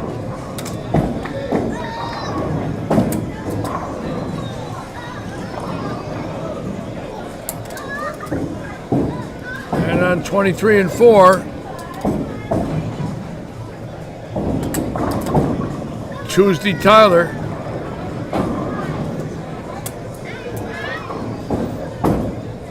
Yes, I do, Darryl. That buck of words paying off, brother. Boy, that's all he's got to do is just get it out there, and I'll tell you what. That ball comes back off 6-7 like it hit a bumper.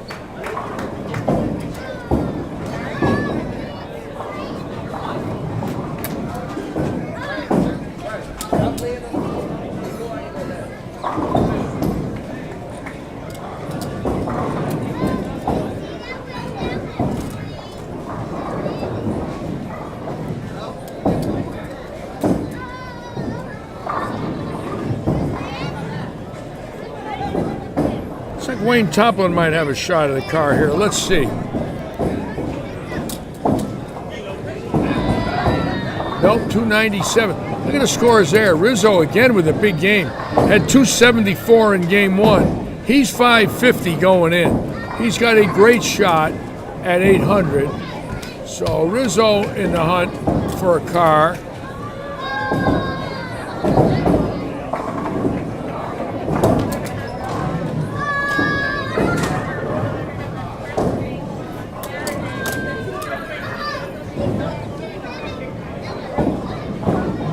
Toplin can go 297 right there. Jay Butler, who 2 weeks ago won 2 cars. She had a 300 plus last game and an 8 plus. So people still winning them. Let's see what Toplin's score is right here now.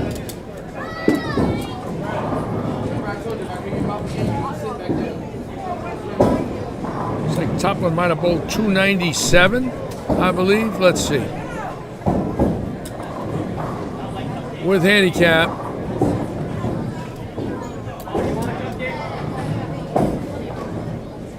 $297, that's a big game. So keep in mind, they might have both shots, both Rizzo and Toplin, for 800.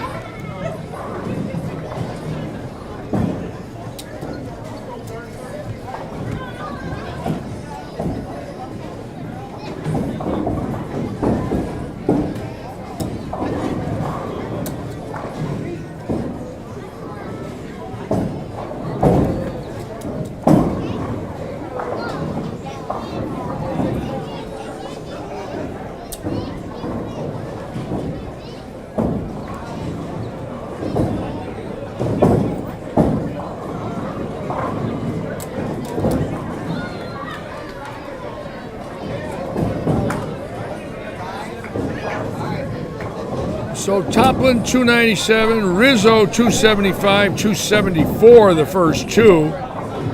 Obviously we got Ryan Cameron in the hunt, Chrissy Stewart in the hunt, several more that have a shot at 800. So game 3 is going to be big for a lot of these people that are all wanting to win a car for the weekend.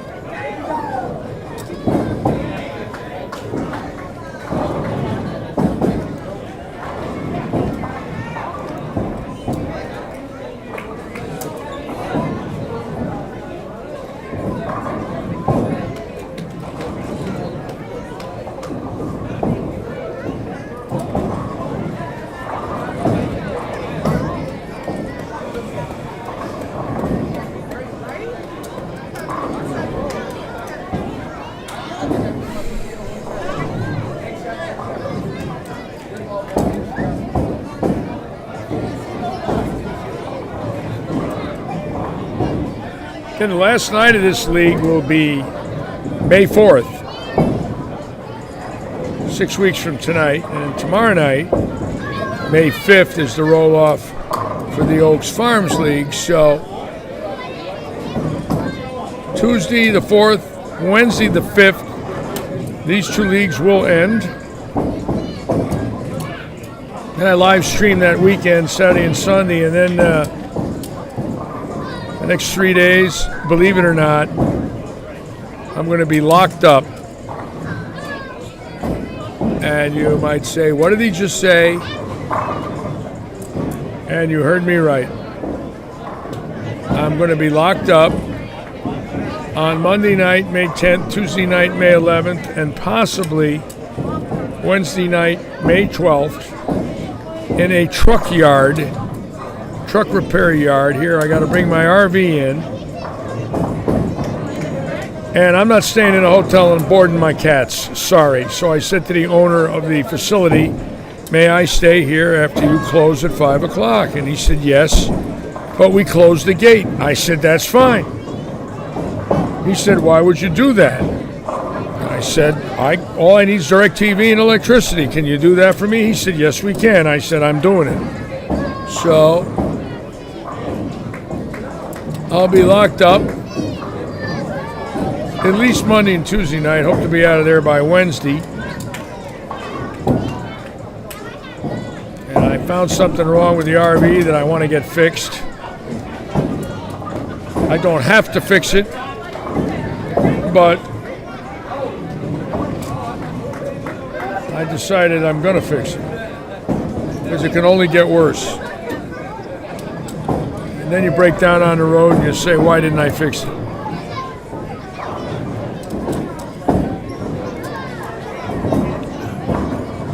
I'm going to stay right here and watch Brad Stewart.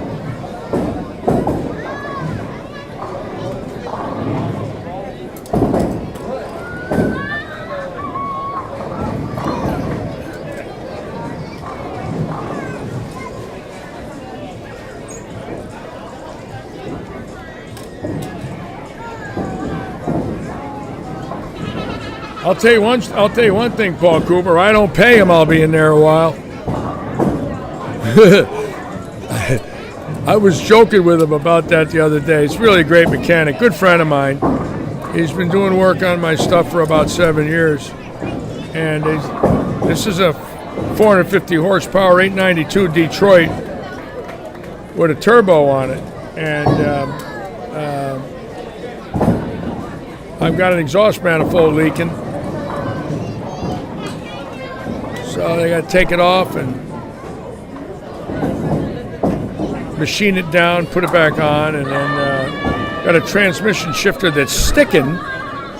Needs to be cleaned. Sometimes it sticks in drive when I'm driving it and I can't get it into neutral. How's that one? Try that at a truck stop when you want to get out and you're still in drive. It's a lot of fun, but it's very simple. It's easy fix. Tranny's fine. The shifter just needs to be cleaned and adjusted. So 2 days in there, I'll be loaded up with food and goodies and DirecTV. That's all I need.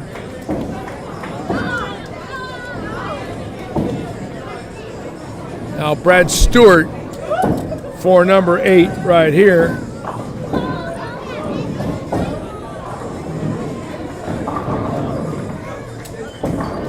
Stewart looking good, all right. Stewart getting 6 pins. And lo and behold, one of the greatest surprises of my life, Tyler Altman on the first 7. Now, I haven't said that all year until tonight, of course.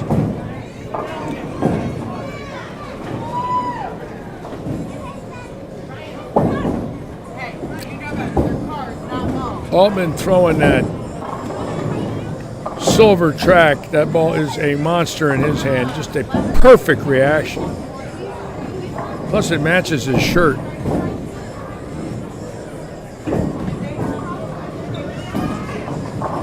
There it is.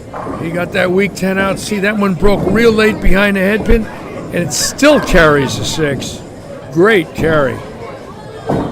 6 out of that flat gutter into the 10, and that's the one. You start getting that one, your arm swing gets loose, boy. You get that 6 out on a late hit like that to take the 10 out. Unbelievable. Most of us can't get that to happen.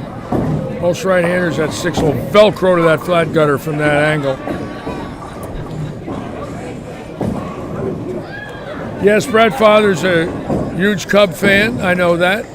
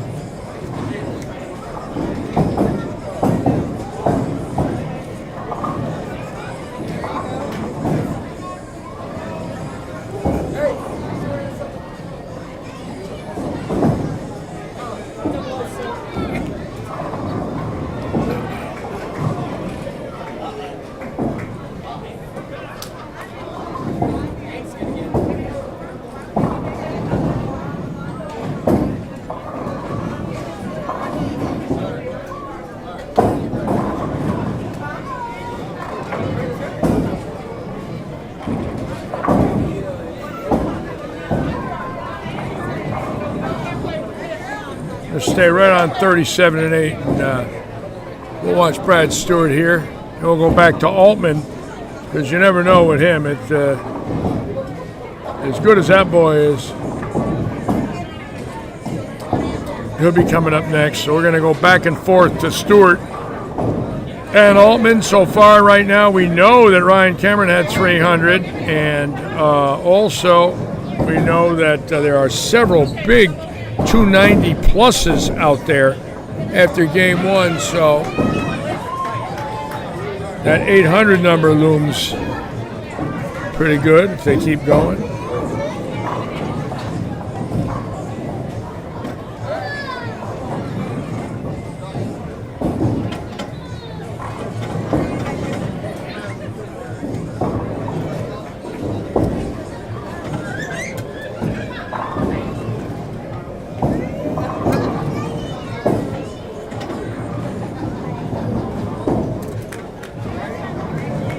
Messenger, hit it. No, broken around. See his 6 lay in the flat. That's the difference between him and that two-hander. He went way around, come in and break it late, and it's trying to come out of that flat gutter, and it doesn't. But the two-handers get it out with that rev rate. That's the difference that they create with that power off their hand. While Walter Ray and Pete Weber are leaving flat 10s on that same shot, these guys are carrying the racks. I honestly believe that's what sent them 2 home. They can't out-carry him. I think they can hit the pocket as much. I don't think they can out-carry the two-handers, and they're high-rev players.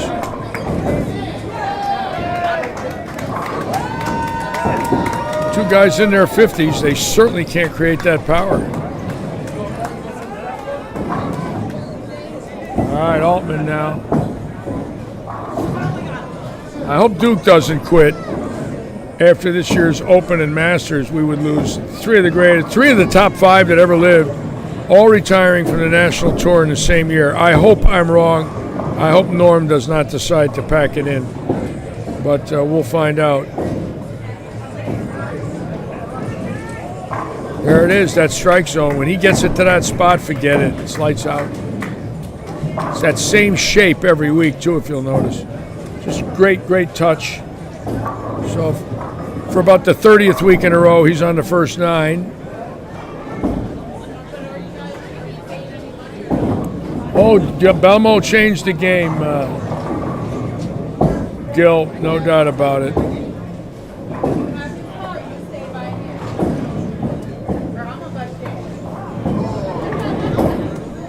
I'm wondering who the heir apparent's going to be. You know, obviously. Yes, I got that. Thank you, Brandon. Yeah, obviously Kyle Troop is gifted, and Simonson's gifted. And if Belmo slips a little bit, like he did this year, them boys are going to jump all over him. Right now, Kyle Troop, Tom Doherty is absolutely amazing, thumbless. 2 players, 1-2. I often wonder how Lavoie did what he did. You know, he's the only guy with a normal rev rate, actually, in the top 5 money winners. I think he's second.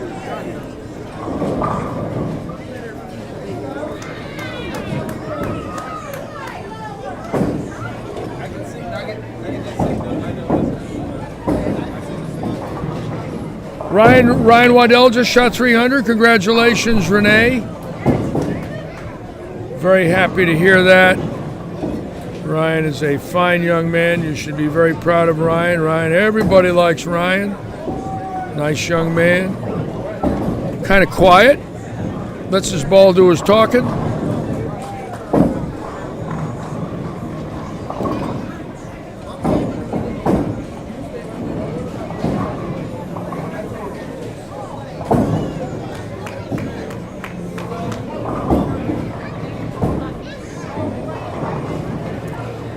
Yeah, how about Richie Oliveira, Doug Clark?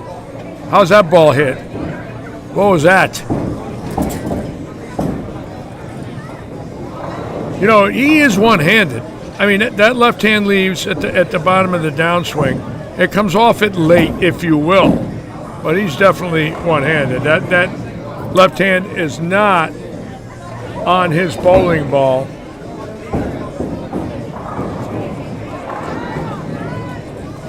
once that ball is perfectly at 6 o'clock, that left hand's not on it. When that ball's down, that hand is off. So he is a one-hander with 550.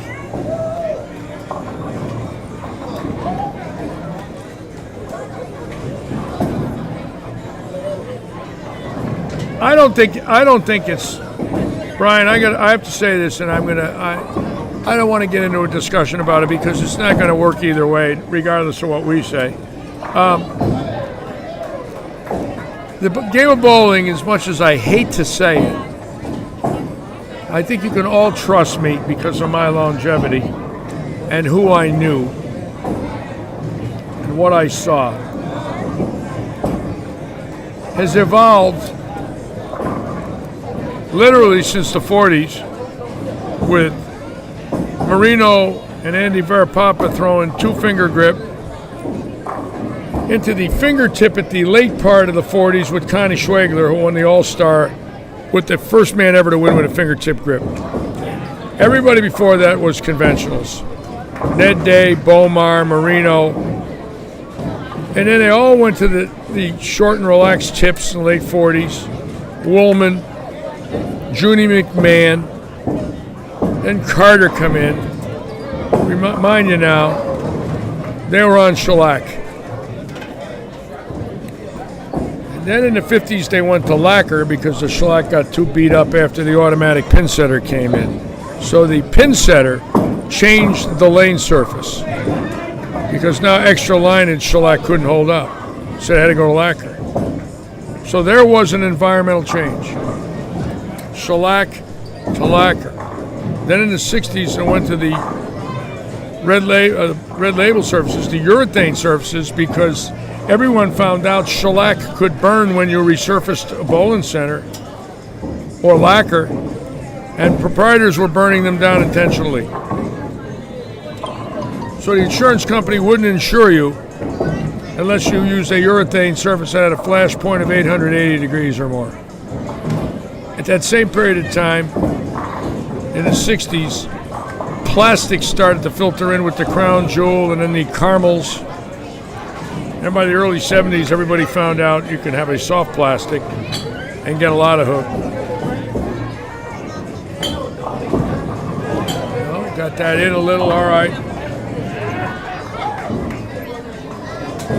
And then the soft plastic came in and soft rubber by the middle 70s, then urethane in the 80s, and then all of a sudden surfaces started to be synthetic, then 90s resin, then all synthetics, then computerized lane machines, we got to add that in there, right?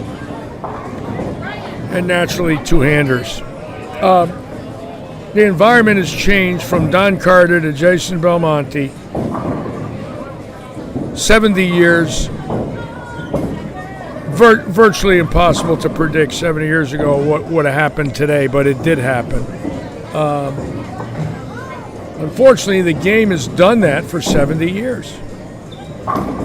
And the USBC, the ABC, never had the power or the official capacity to stop the changes because they didn't own the industry. And the industry leaders pretty much told the ABC, we're doing what we want, but we'll try to comply. And they took the void out of the pins in the 60s, or added the void, to make the pin top heavy. So it's been ruled by the industry, the proprietors, the ball companies, the USBC. It's been fragmented. And through all of that, you have the environmental changes. It's the way it is. And there's nothing illegal about it. It's the way it is. If I owned a bowling center, I would not be allowing the American Bowling Congress, the United States Bowling Congress, to tell me how to run my business either. Put yourself in a proprietor's shoes. You know, when they open the doors, the ABC isn't paying their bills, so they got to do what they can to get customers in. So the game has suffered because of that. There was never rules that were enforced fully.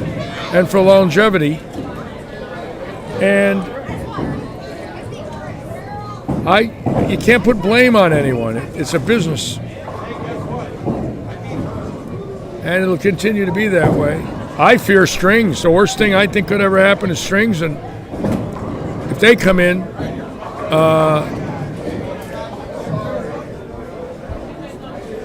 I think that's the one thing that will disappoint me more than anything I've ever seen if that becomes legal.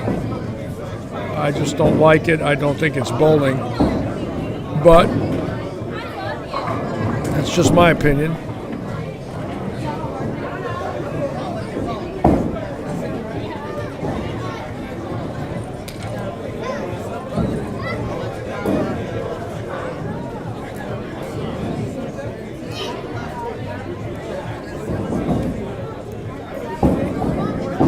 Okay.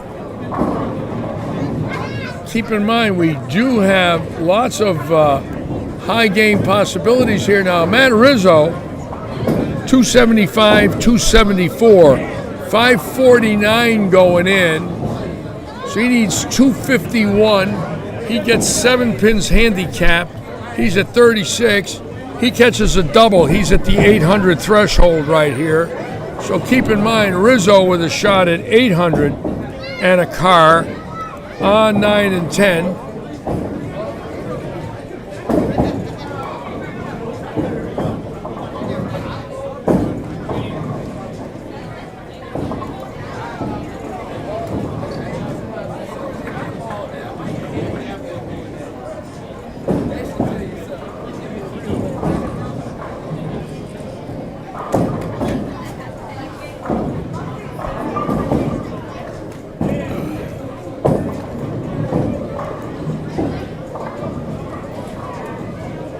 Waiting now for keep in mind the third game the last few weeks, a lot of people have bowled well and went over with both.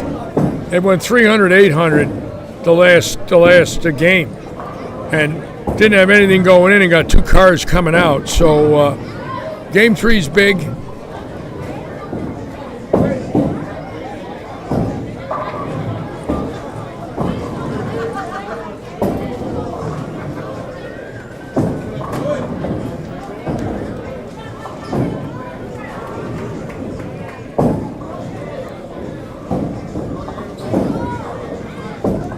See what Rizzo does here now. Rizzo coming up, and he's right on the threshold with this one. He gets a strike here.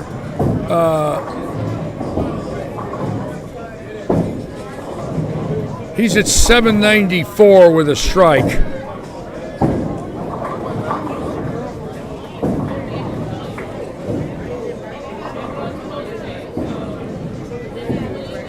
So let's see what the young man gets here to get in the hunt. 794 with this one, and plenty of frames left even if he misses.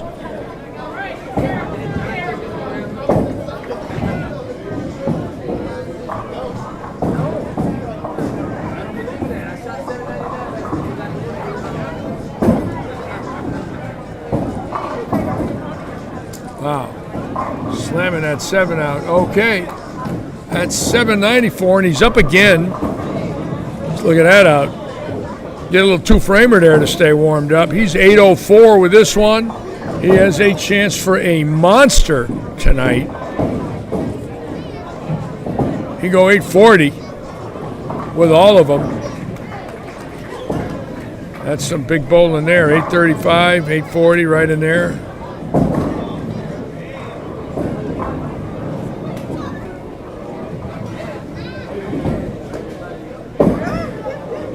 And there it is. Now at an 800 clip right there. He's got him.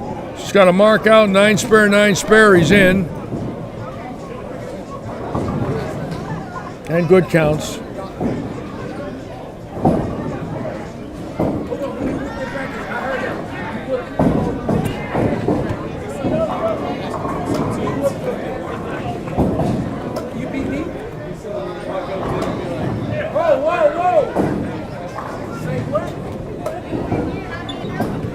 Again, the house filled up. It's amazing as the night goes on, especially up to down the low end here. Pretty cool. There's John Rakoski right there to the right in your picture. He'll be here Saturday. Don't think he doesn't want that 5,000. He is a horse. He is one of the best, not only in Florida, but at the age of 49, one of the best in the United States. In his age group, 45 to 49, believe me, one of the best.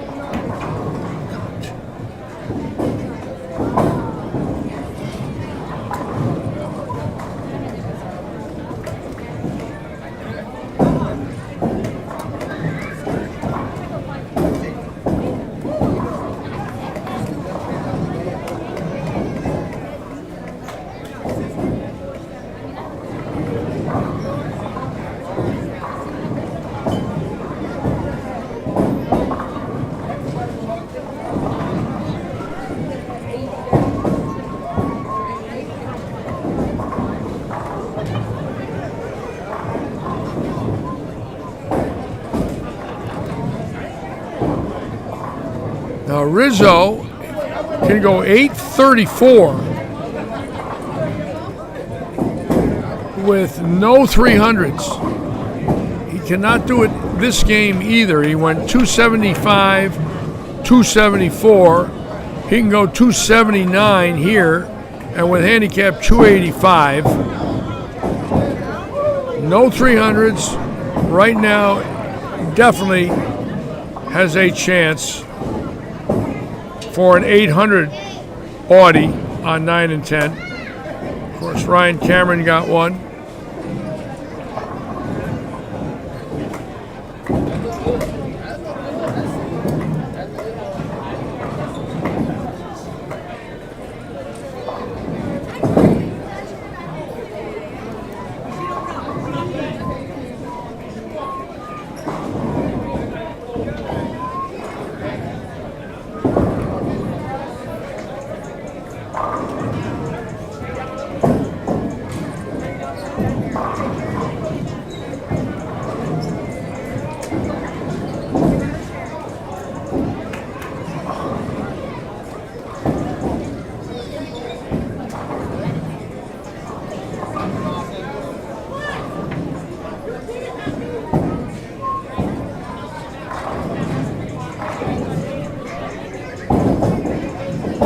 Watch Laurel Spinner throw the ball down. My friend Laurel going to 14 pounds. I want to watch her throw it a little here and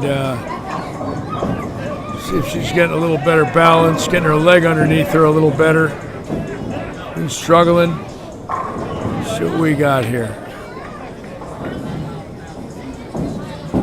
Pretty good there, Laurel. Get over there. Good shot. Yeah, close, close.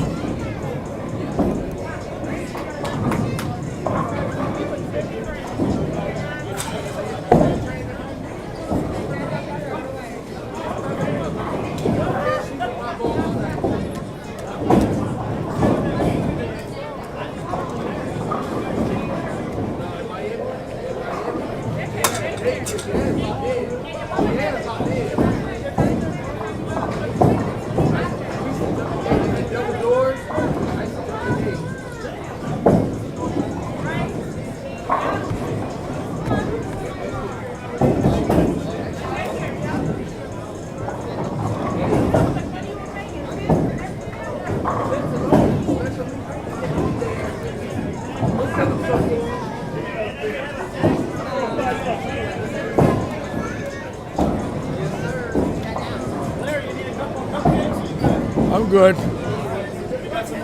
Yeah, I'll take a couple.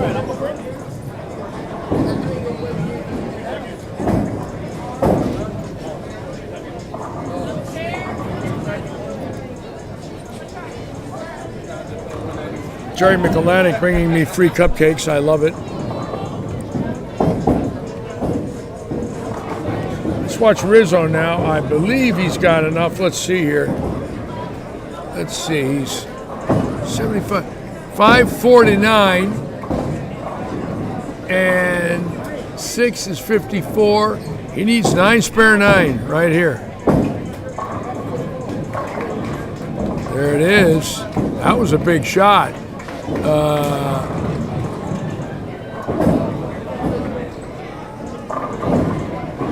So if he gets 8 pins on 2 balls, actually 7. You might Thank need a you, cup sir. of coffee. Oh, you're not kidding. I need coffee. Second, Rizzo did get, I believe he's got enough. Oh, and he rolled the 3. Got enough now. There it is. Okay. 275, 274, 263. That's enough. Matt Rizzo with a win. Gotta be loving it. No pizza tonight, Leon. No heartburn. Had heartburn the last few nights. Not heartburn, but discomfort. Ate too much and ate too late.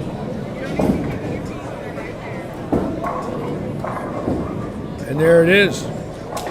Rizzo with 800.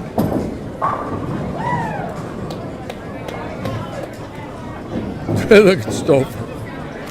Stouffer. He'll be ready this weekend. Don't worry, folks. You will see fireworks this weekend. This is going to be exciting here, so don't miss this show. 6 games, dual patterns, 5,000 guaranteed first. Stay with us for a lot of fun.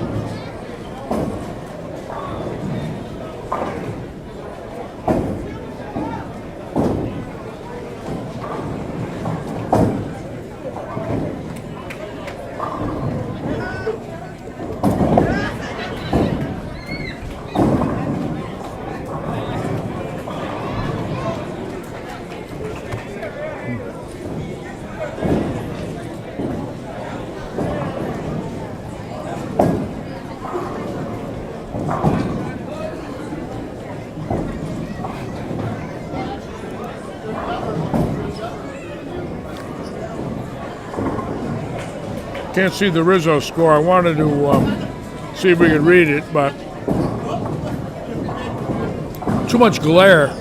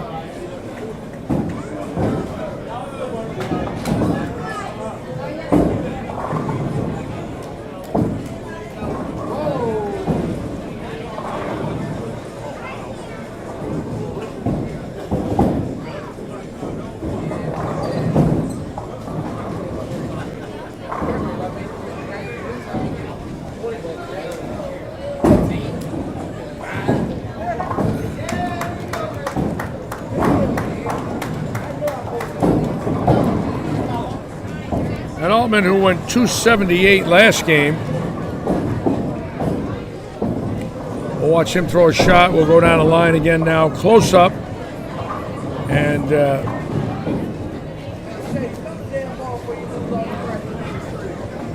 see who has a shot at 800 here.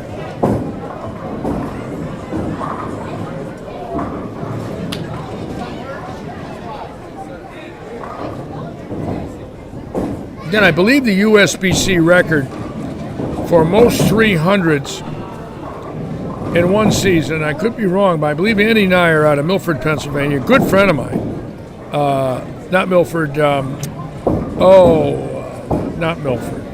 In Pennsylvania. Can't think of the name of the town. I'll know it in a minute. 27 in the 2016-17 season, I believe. 27 300s, one season set the record.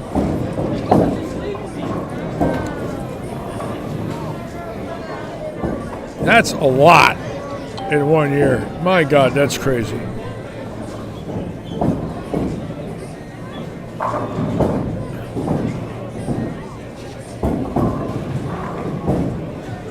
Mike Olshire had 15 5 years ago when he led the nation. And Nyer led the nation when he had 27 in 1 year.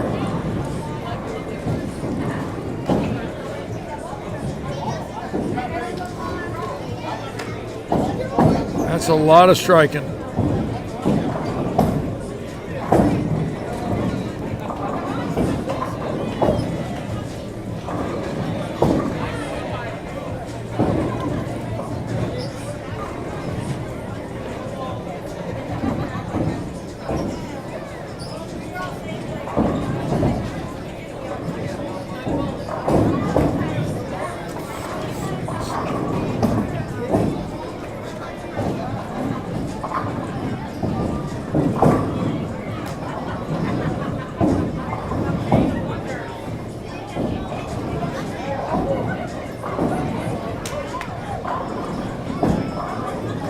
That's a good shot there.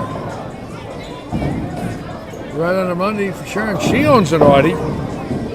Sharon bought one this summer. That's the lady that bought the two-seater, Sharon. Threw it pretty good there, too.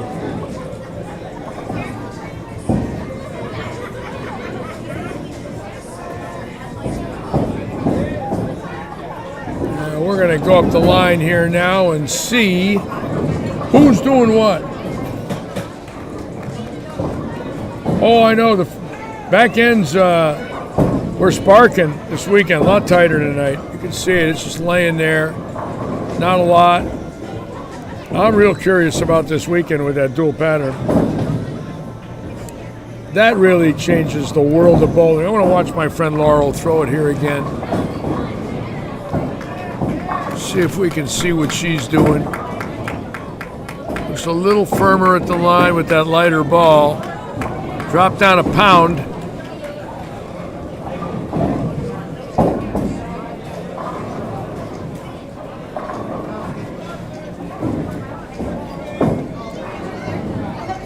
Atta girl, pretty good shot there. Ooh, yeah, get that weak 10 out.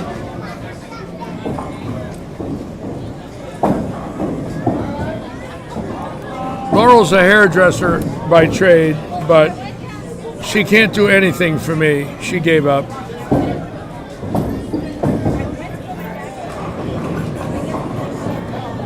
Let's go to 41 and see what's going on here with Scott Cooper.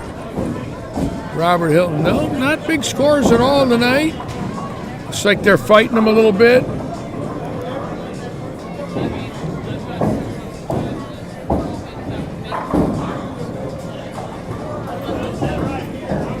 Danny Wilson right here throws it really good. Beautiful swing. Soft hand, but a lot of tilt. Watch how much his ball will hook off the spot.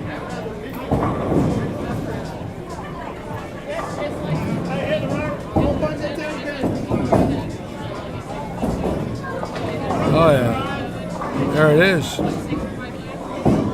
Nice shot, Danny Wilson.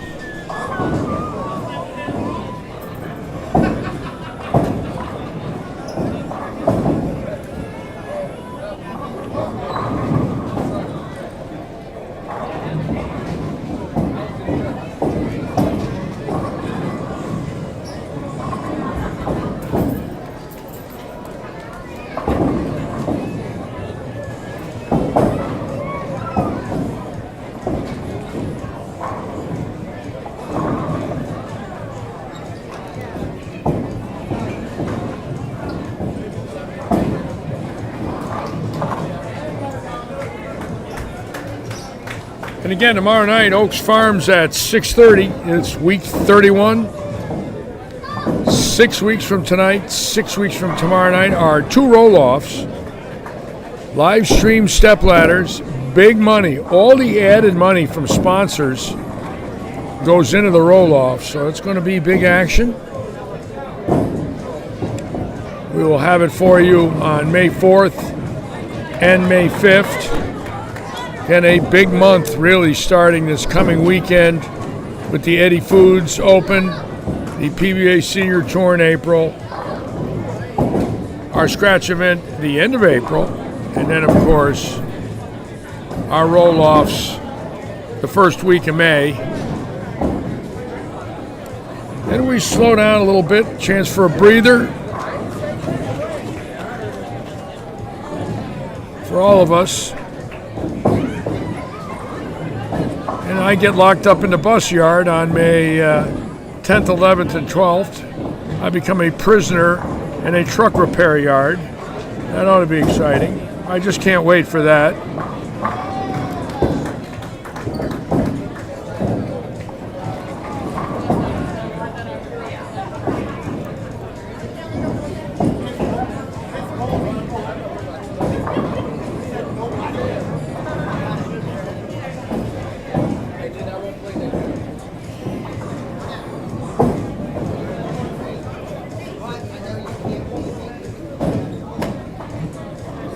Ron Baker, look at this. 45 pins handicap. Hit it. Hit it. Whoa, good shot. Now he's thumbless, if you'll notice. And look at his score. He's right on the number. He needs a triple for 300 right now. If he makes this 10 pin, he needs a triple. So he's certainly got a chance for a car. Like to see that. I don't believe he's ever won one before. Let's see if he can make this 10 pin. This is critical now. Don't want to miss this one. So he's thumbless at the 10. And right on it. Okay. That's good. So he's got a shot. We'll be watching him.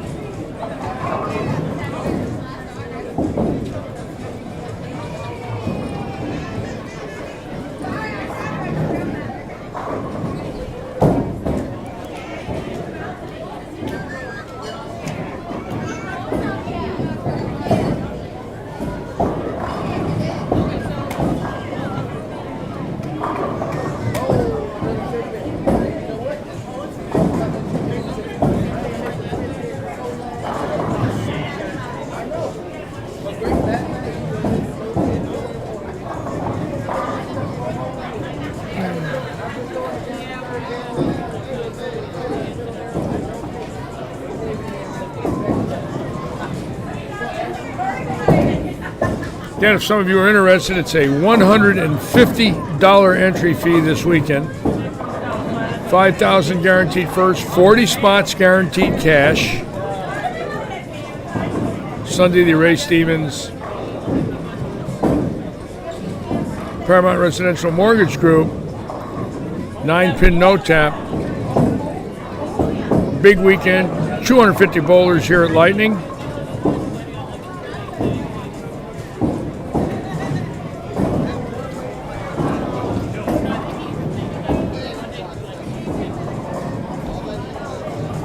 Do I know the backward bowler? I don't know what you mean by that, Gilbert. Then again, I've been backwards most of my life, so are you talking about me, Gilbert?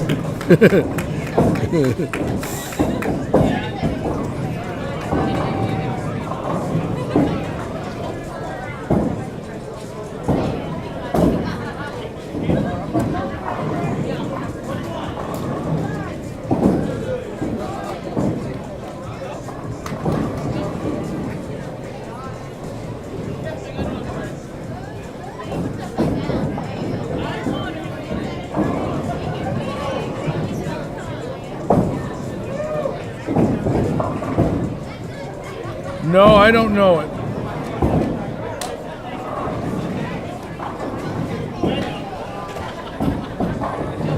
I don't know. The Pro-Am will be a house shot, Don. There's two squads. It's 9-pin no tap. And right now we're right at about 100 entries. And we're happy with that. We'd like to get to 150. We think we got a shot at it. The $200 ball deal with an entry didn't hurt. About 80 of them went out so far. Did a ball, Pro-Am entry, drilling, grips, outer, or a slug. 3 days of passes for $200. A Pro-Am entry with a chance for the $5,000 Pro-Am. So that ball deal is a great deal. And with figure today being the 23rd, 14, about 17 days before the Pro-Am, 18 days. You know, we could sell 2 balls a day. We would do pretty good. We got a shot at that. 2 Pro-Am spots a day. I'll be live streaming from our new booth, and the whole day I plan on dedicating to interviews.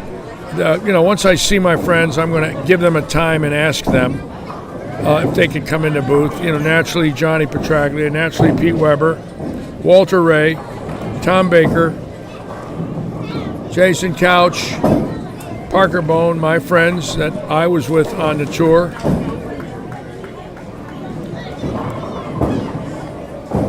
I think all of you would enjoy an interview. Lots of questions to ask them about their lives, their greatest moments, their favorite towns, who they idolized as young men.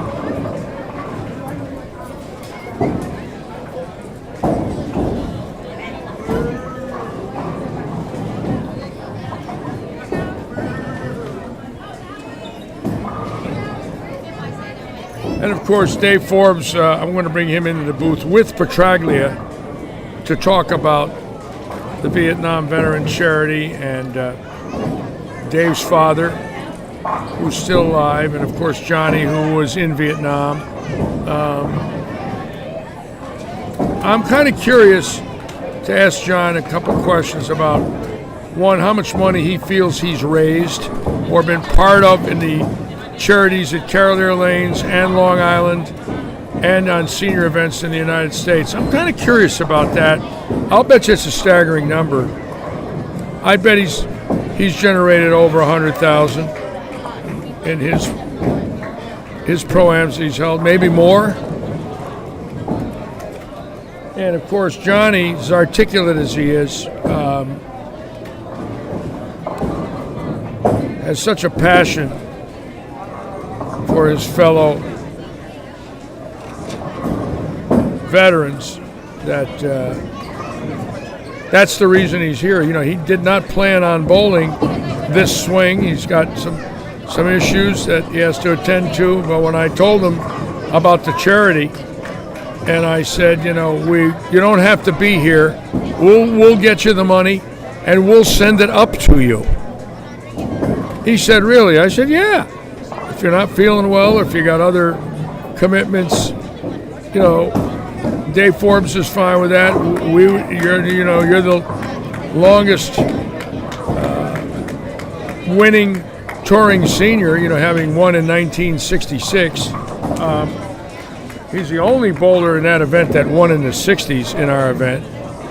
And I believe Tom Baker is the only bowler who won in the 70s in the event. So, you know, he said, well, I'll bowl knowing that. I said, well, we're not holding you to it. If you don't feel well, if something happens, we'll still send the money up to you. And he says, no, I'll be there. I said, okay. Now we will go out and keep our tradition going. I got to find us a steakhouse. We will go out and have dinner. And it will be the first time in this decade. So what it means is we will have had dinner together in the 60s, 70s, 80s, 90s, O's, teens, and 20s. How's that, folks? One of my greatest stats. I've had dinner with Johnny Petraglia in every decade since 1969. So for me personally, I will be emotional when we sit down and we realize how many decades we've been having dinner together.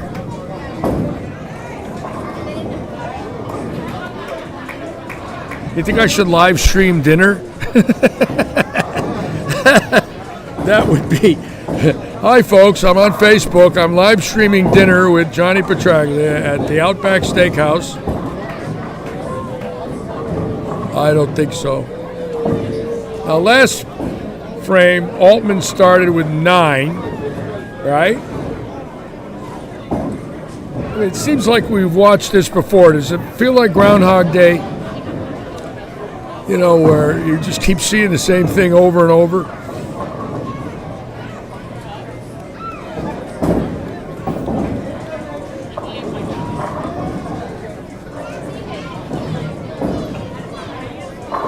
There was on that spot. See that spot? It's like if it gets to that spot, you know what it's going to look like.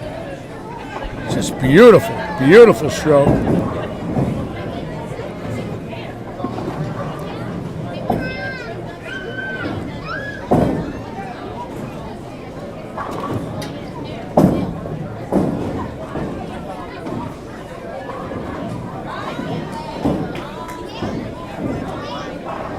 See, I just don't see a heck of a lot here.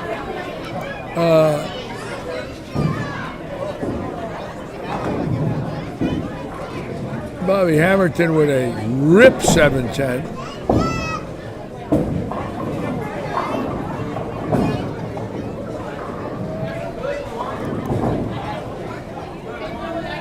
Ooh, there was a 286 right there for Linda. Look at that. Look at that game. 277, a 282 there. Close, but not enough. Not enough.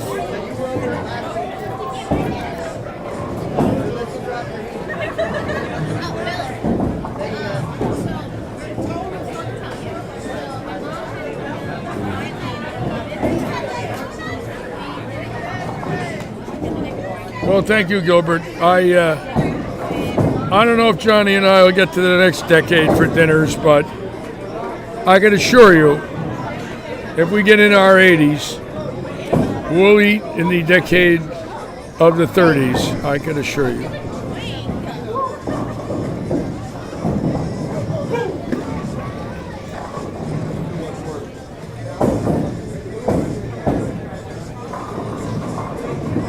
Johnny Petraglia's record that was set 50 years ago this coming April. Right around now it started, actually.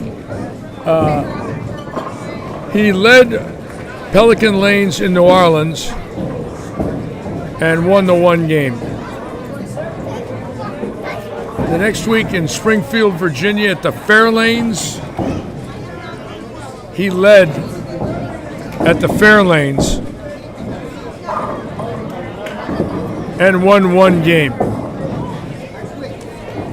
And he went to Akron and led the Tournament of Champions and won one game. The only bowler to ever do that. Now, when you think that after him, Anthony and Roth came in and they devastated the 70s, then, of course, the 80s would all be in Walter Ray and Amleto and Voss and, Cook. The 90s with Ozio and Ferraro and Walter Ray and Parker and Norm Duke. And, of course, now with Belmonte, who is explosive. No one could do what Petraglia did. Led 3 and won 3 games to win 3. And that, every time him and I talk about that, keep in mind, I made the finals in New Orleans. I did not make it in Springfield, and I made it at the Tournament of Champions. So in 2 of those 3, I bowled him. I didn't bowl good in the finals. I got a 16th and a 24th or something. But he was so good, you just knew he was going to win. You could just read his face, you could read his body language, and he knew it. It's amazing. And that's amazing. That's the first 9 again. It's Groundhog Day. No, this is not an instant replay. This is game 3.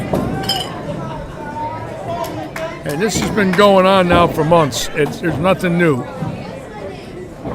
It almost looks like it's so effortless for him to do this week in and week out, to throw these big strings. I mean, he's used to 9-baggers. It's crazy, absolutely crazy.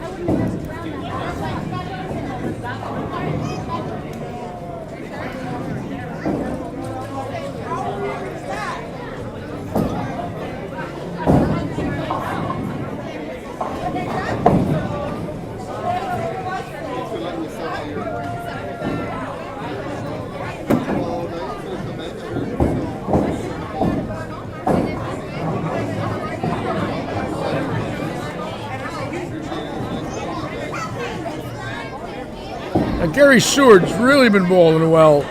Last few months, really straightened his arm swing. I had a hitch in it. It would like stop, go up a little higher, and it was this horrible hitch. He had it for 3 or 4 years, and somehow, he's got the swing to where it doesn't stop and then go again. It was horrible. It's fluid, it's up, he gets on his pivot step, and it's down. And a boy right there. And got the Litchi. Yes, he did. Ladies and gentlemen, you've just witnessed the one and only, the Litchi Kiss. And all of you got that free of charge, just for turning on your computer. How many times have I done that? Where I give the guy the big intro, the he's this, the he's that, he'll do this, he'll do that, 710. Live and in color. We still haven't seen anybody make that damn thing yet. Forget it. Still waiting for that. Laura Howard, you think Tyler Altman's a machine? What do you think, Laura? He's unbelievable. Couldn't meet a nicer young man.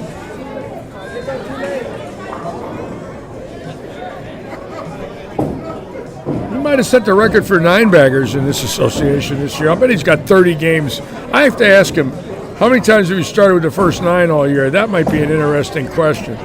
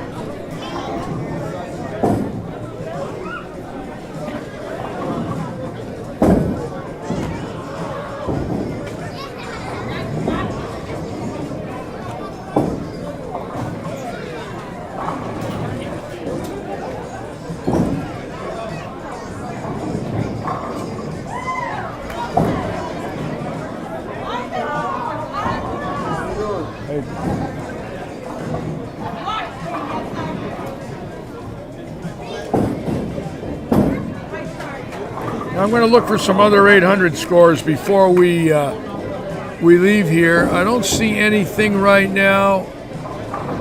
19 and 20. Let's take a look at this real quick and see what we got here.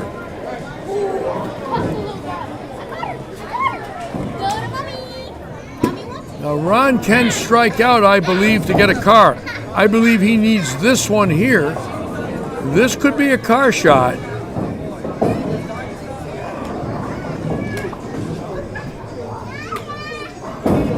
And it was, look at that. Solid 4 for a car right there. Wow. He's not happy, I don't blame him. And let's see what else we have here before Altman gets up.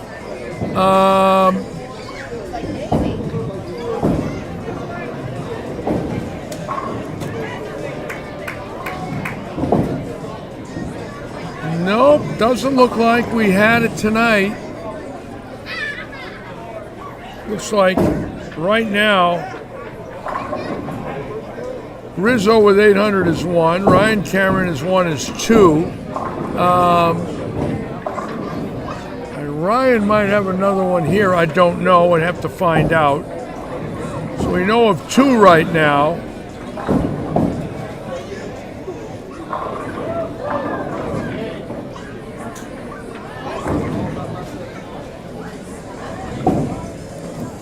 right here, we're going to be watching this. Now, Altman cannot take the car himself, but he can give it away. That's the rule. He's not 25. Oh, I give him salutes, Don. I used to do it under my shirt.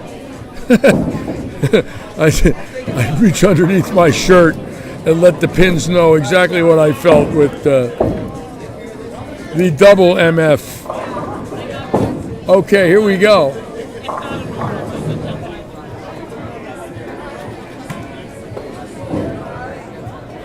So we know we've got at least 1-800 tonight.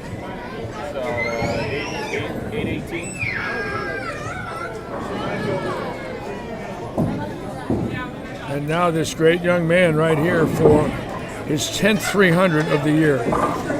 Come on, kid. Hard. No, get over there. No. Unbelievable. It was a fantastic shot. God. That was tough to watch.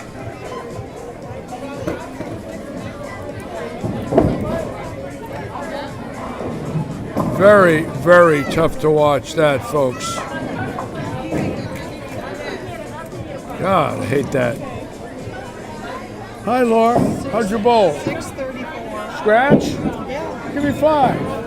That's good. Yeah, I finished with my heavier ball, but after I got used to throwing it, I was okay with it. I dropped it once, but Good. That's a good shot. I didn't drop the light one ever. No, you look good with the light one. Yeah. The swing was quicker. Got it out over the line. The swing was quicker. You could see it.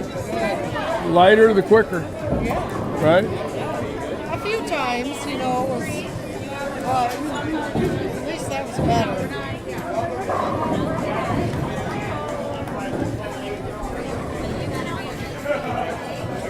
I saw it. Congratulations.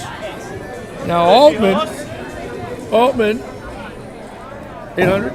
818. David Stouffer, 818, another Altman. So that's Stouffer with 1, Rizzo with 1, Ryan Cameron with 1. Obsession Tour. And Altman, did he have 800, David Altman? No, 764.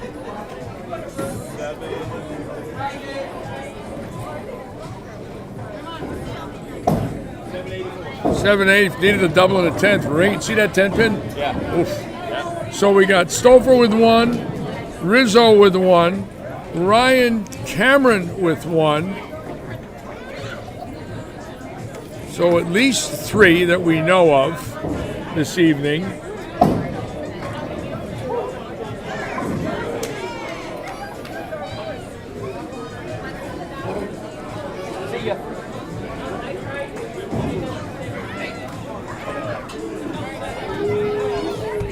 And you want to see something crazy, look at this place, just everybody hanging out.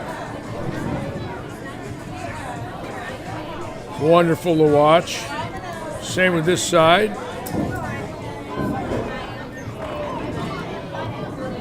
And again, we'll be back with all of you tomorrow night at 6:30 for another fun night here at Lightning.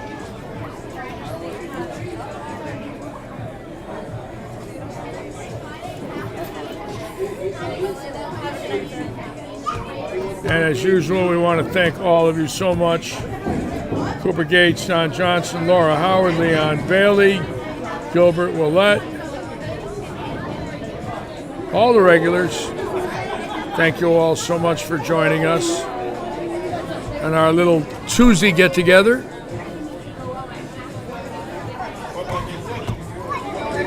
You'll notice I took this thing off here that I was wearing. This might go off for auction. This could be. I could put a reserve on this of 500.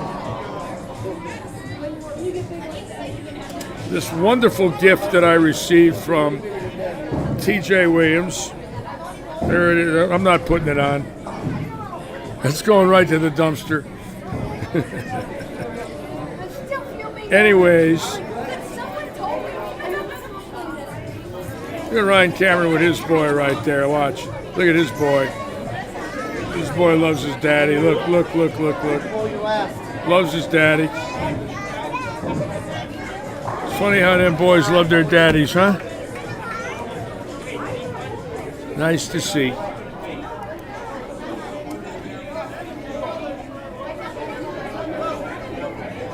Again, we'll be on 6:30 tomorrow. I think we only had 3 tonight, unless there's some 800s I missed. Cameron, Stouffer, and Rizzo. It looks like we're the, and David, just no other 800s besides you with a handicap that you've heard of?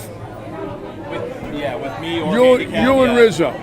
Rizzo yeah. had it. Yeah. And Cameron 300. That's it, just 3 tonight. Yep, just 3. Wow, low night. No, that's the only honor scores. Yeah, low night. I don't know if anybody had any single game handicap scores. Just Ryan Cameron with 300. With the 300. That's it. No other single. There was close. Several 290s, 293, 297, 298 with handicap date. No kidding. Yeah. Well, that's it. We're gonna run the low ball. Yeah, I'm gonna. All right, folks. So we'll see you tomorrow night at 6:30. Keep in mind, Friday night at 6:30, Saturday 12:30, Sunday 1:30. Big action here. Who do we have for big names? Oh, I got to go down there. 15. Somebody's got them all. Who do we? Any big names this weekend? Touring players that you know of? Doherty's gonna be here. Doherty will be here this weekend. Who else? He canceled the U.S. Open and the Masters. He did. Yep. He's not gonna bowl it. He's gonna come here. Tom Doherty will be here this coming weekend, folks. That's going to be great interviewing him. Any other touring players that we know of? David Stouffer is going to let me know. He's got his cell phone here. Tom Doherty will be here, the great two-time champion. Back-to-back weekends will be here at Lightning. John Janowitz, of course. Yeah, JJ.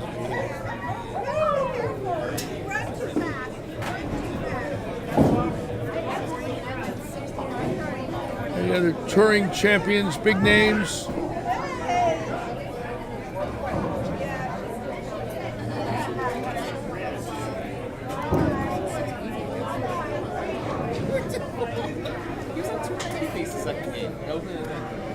We're going to stay right here. Jason Couch is going to be here. Jason Couch will be bowling bowl this sweeper weekend. as well. He's going to bowl the sweeper. Fantastic. 15-time champion, 3-time tournament champions winner, Jason Couch. 3-peat.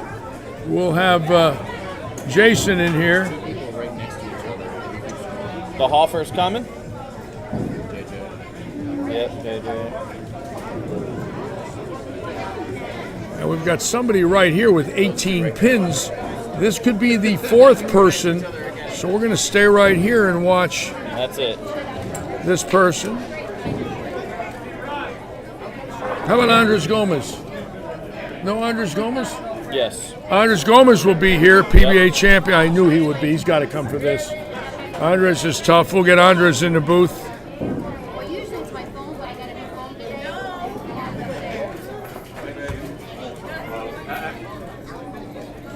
No seniors, big name seniors. Bobby Learn, Amleto. No. No? I'm surprised. No. I'm surprised.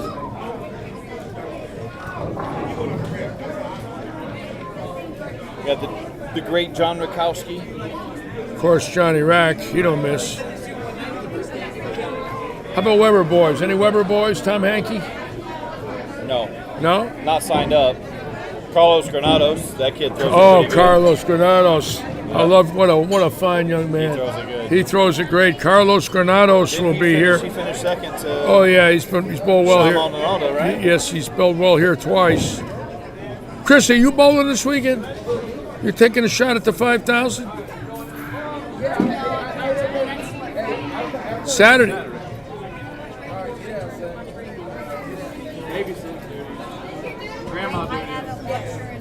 You'd be a crowd favorite if you got in, Chris. Who's got them all? Oh yeah, I think so. I think there's spots open.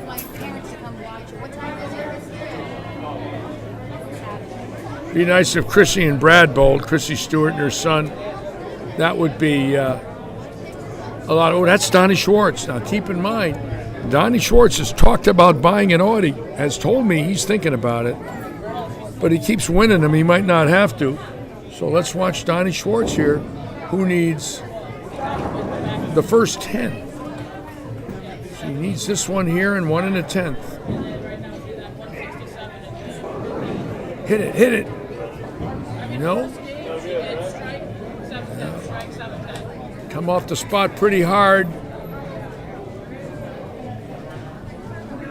So the most he can go is 297. So it looks like only 3 tonight. A low night. A lot of bowlers close. 3 or 4 bowlers in the 290s. 1 hit away. But it looks like, oh boy, look at that. That wasn't too good. All right, for those of you finishing up League Buckland, I'm behind lanes 26 to get your low ball tournament coming. If you're interested, come see me. Anyways, we will be on the air at 6:30, so I'm going to call it a night. I'm trying to get all the sleep I can to get ready for Wednesday, Friday, Saturday, and Sunday, 4 out of 5. Again, I want to thank all of you so much for being with us. We will be on the air at 6:30. Tell your friends about this weekend. It's going to be a great weekend. We will have some guests in the booth. Andres Gomez. Naturally, I'll get John Janowitz to sit in. Tom Doherty to ask him about the 8-pin forward. I'm kind of curious to hear what the reply is on that. And, of course, the legend, Jason Couch, who I've known for 35 years. We'll get JC in the booth. So we're going to call it a night. We want to thank all of you for being with us. I want to thank you again, as usual, and say good luck and good bowling. See you tomorrow night. Thank you. All right. Another one done. Oh, I'm getting up there now. Starting to set the Fort Myers live stream record. There it is. Okay. See you tomorrow. Bye-bye.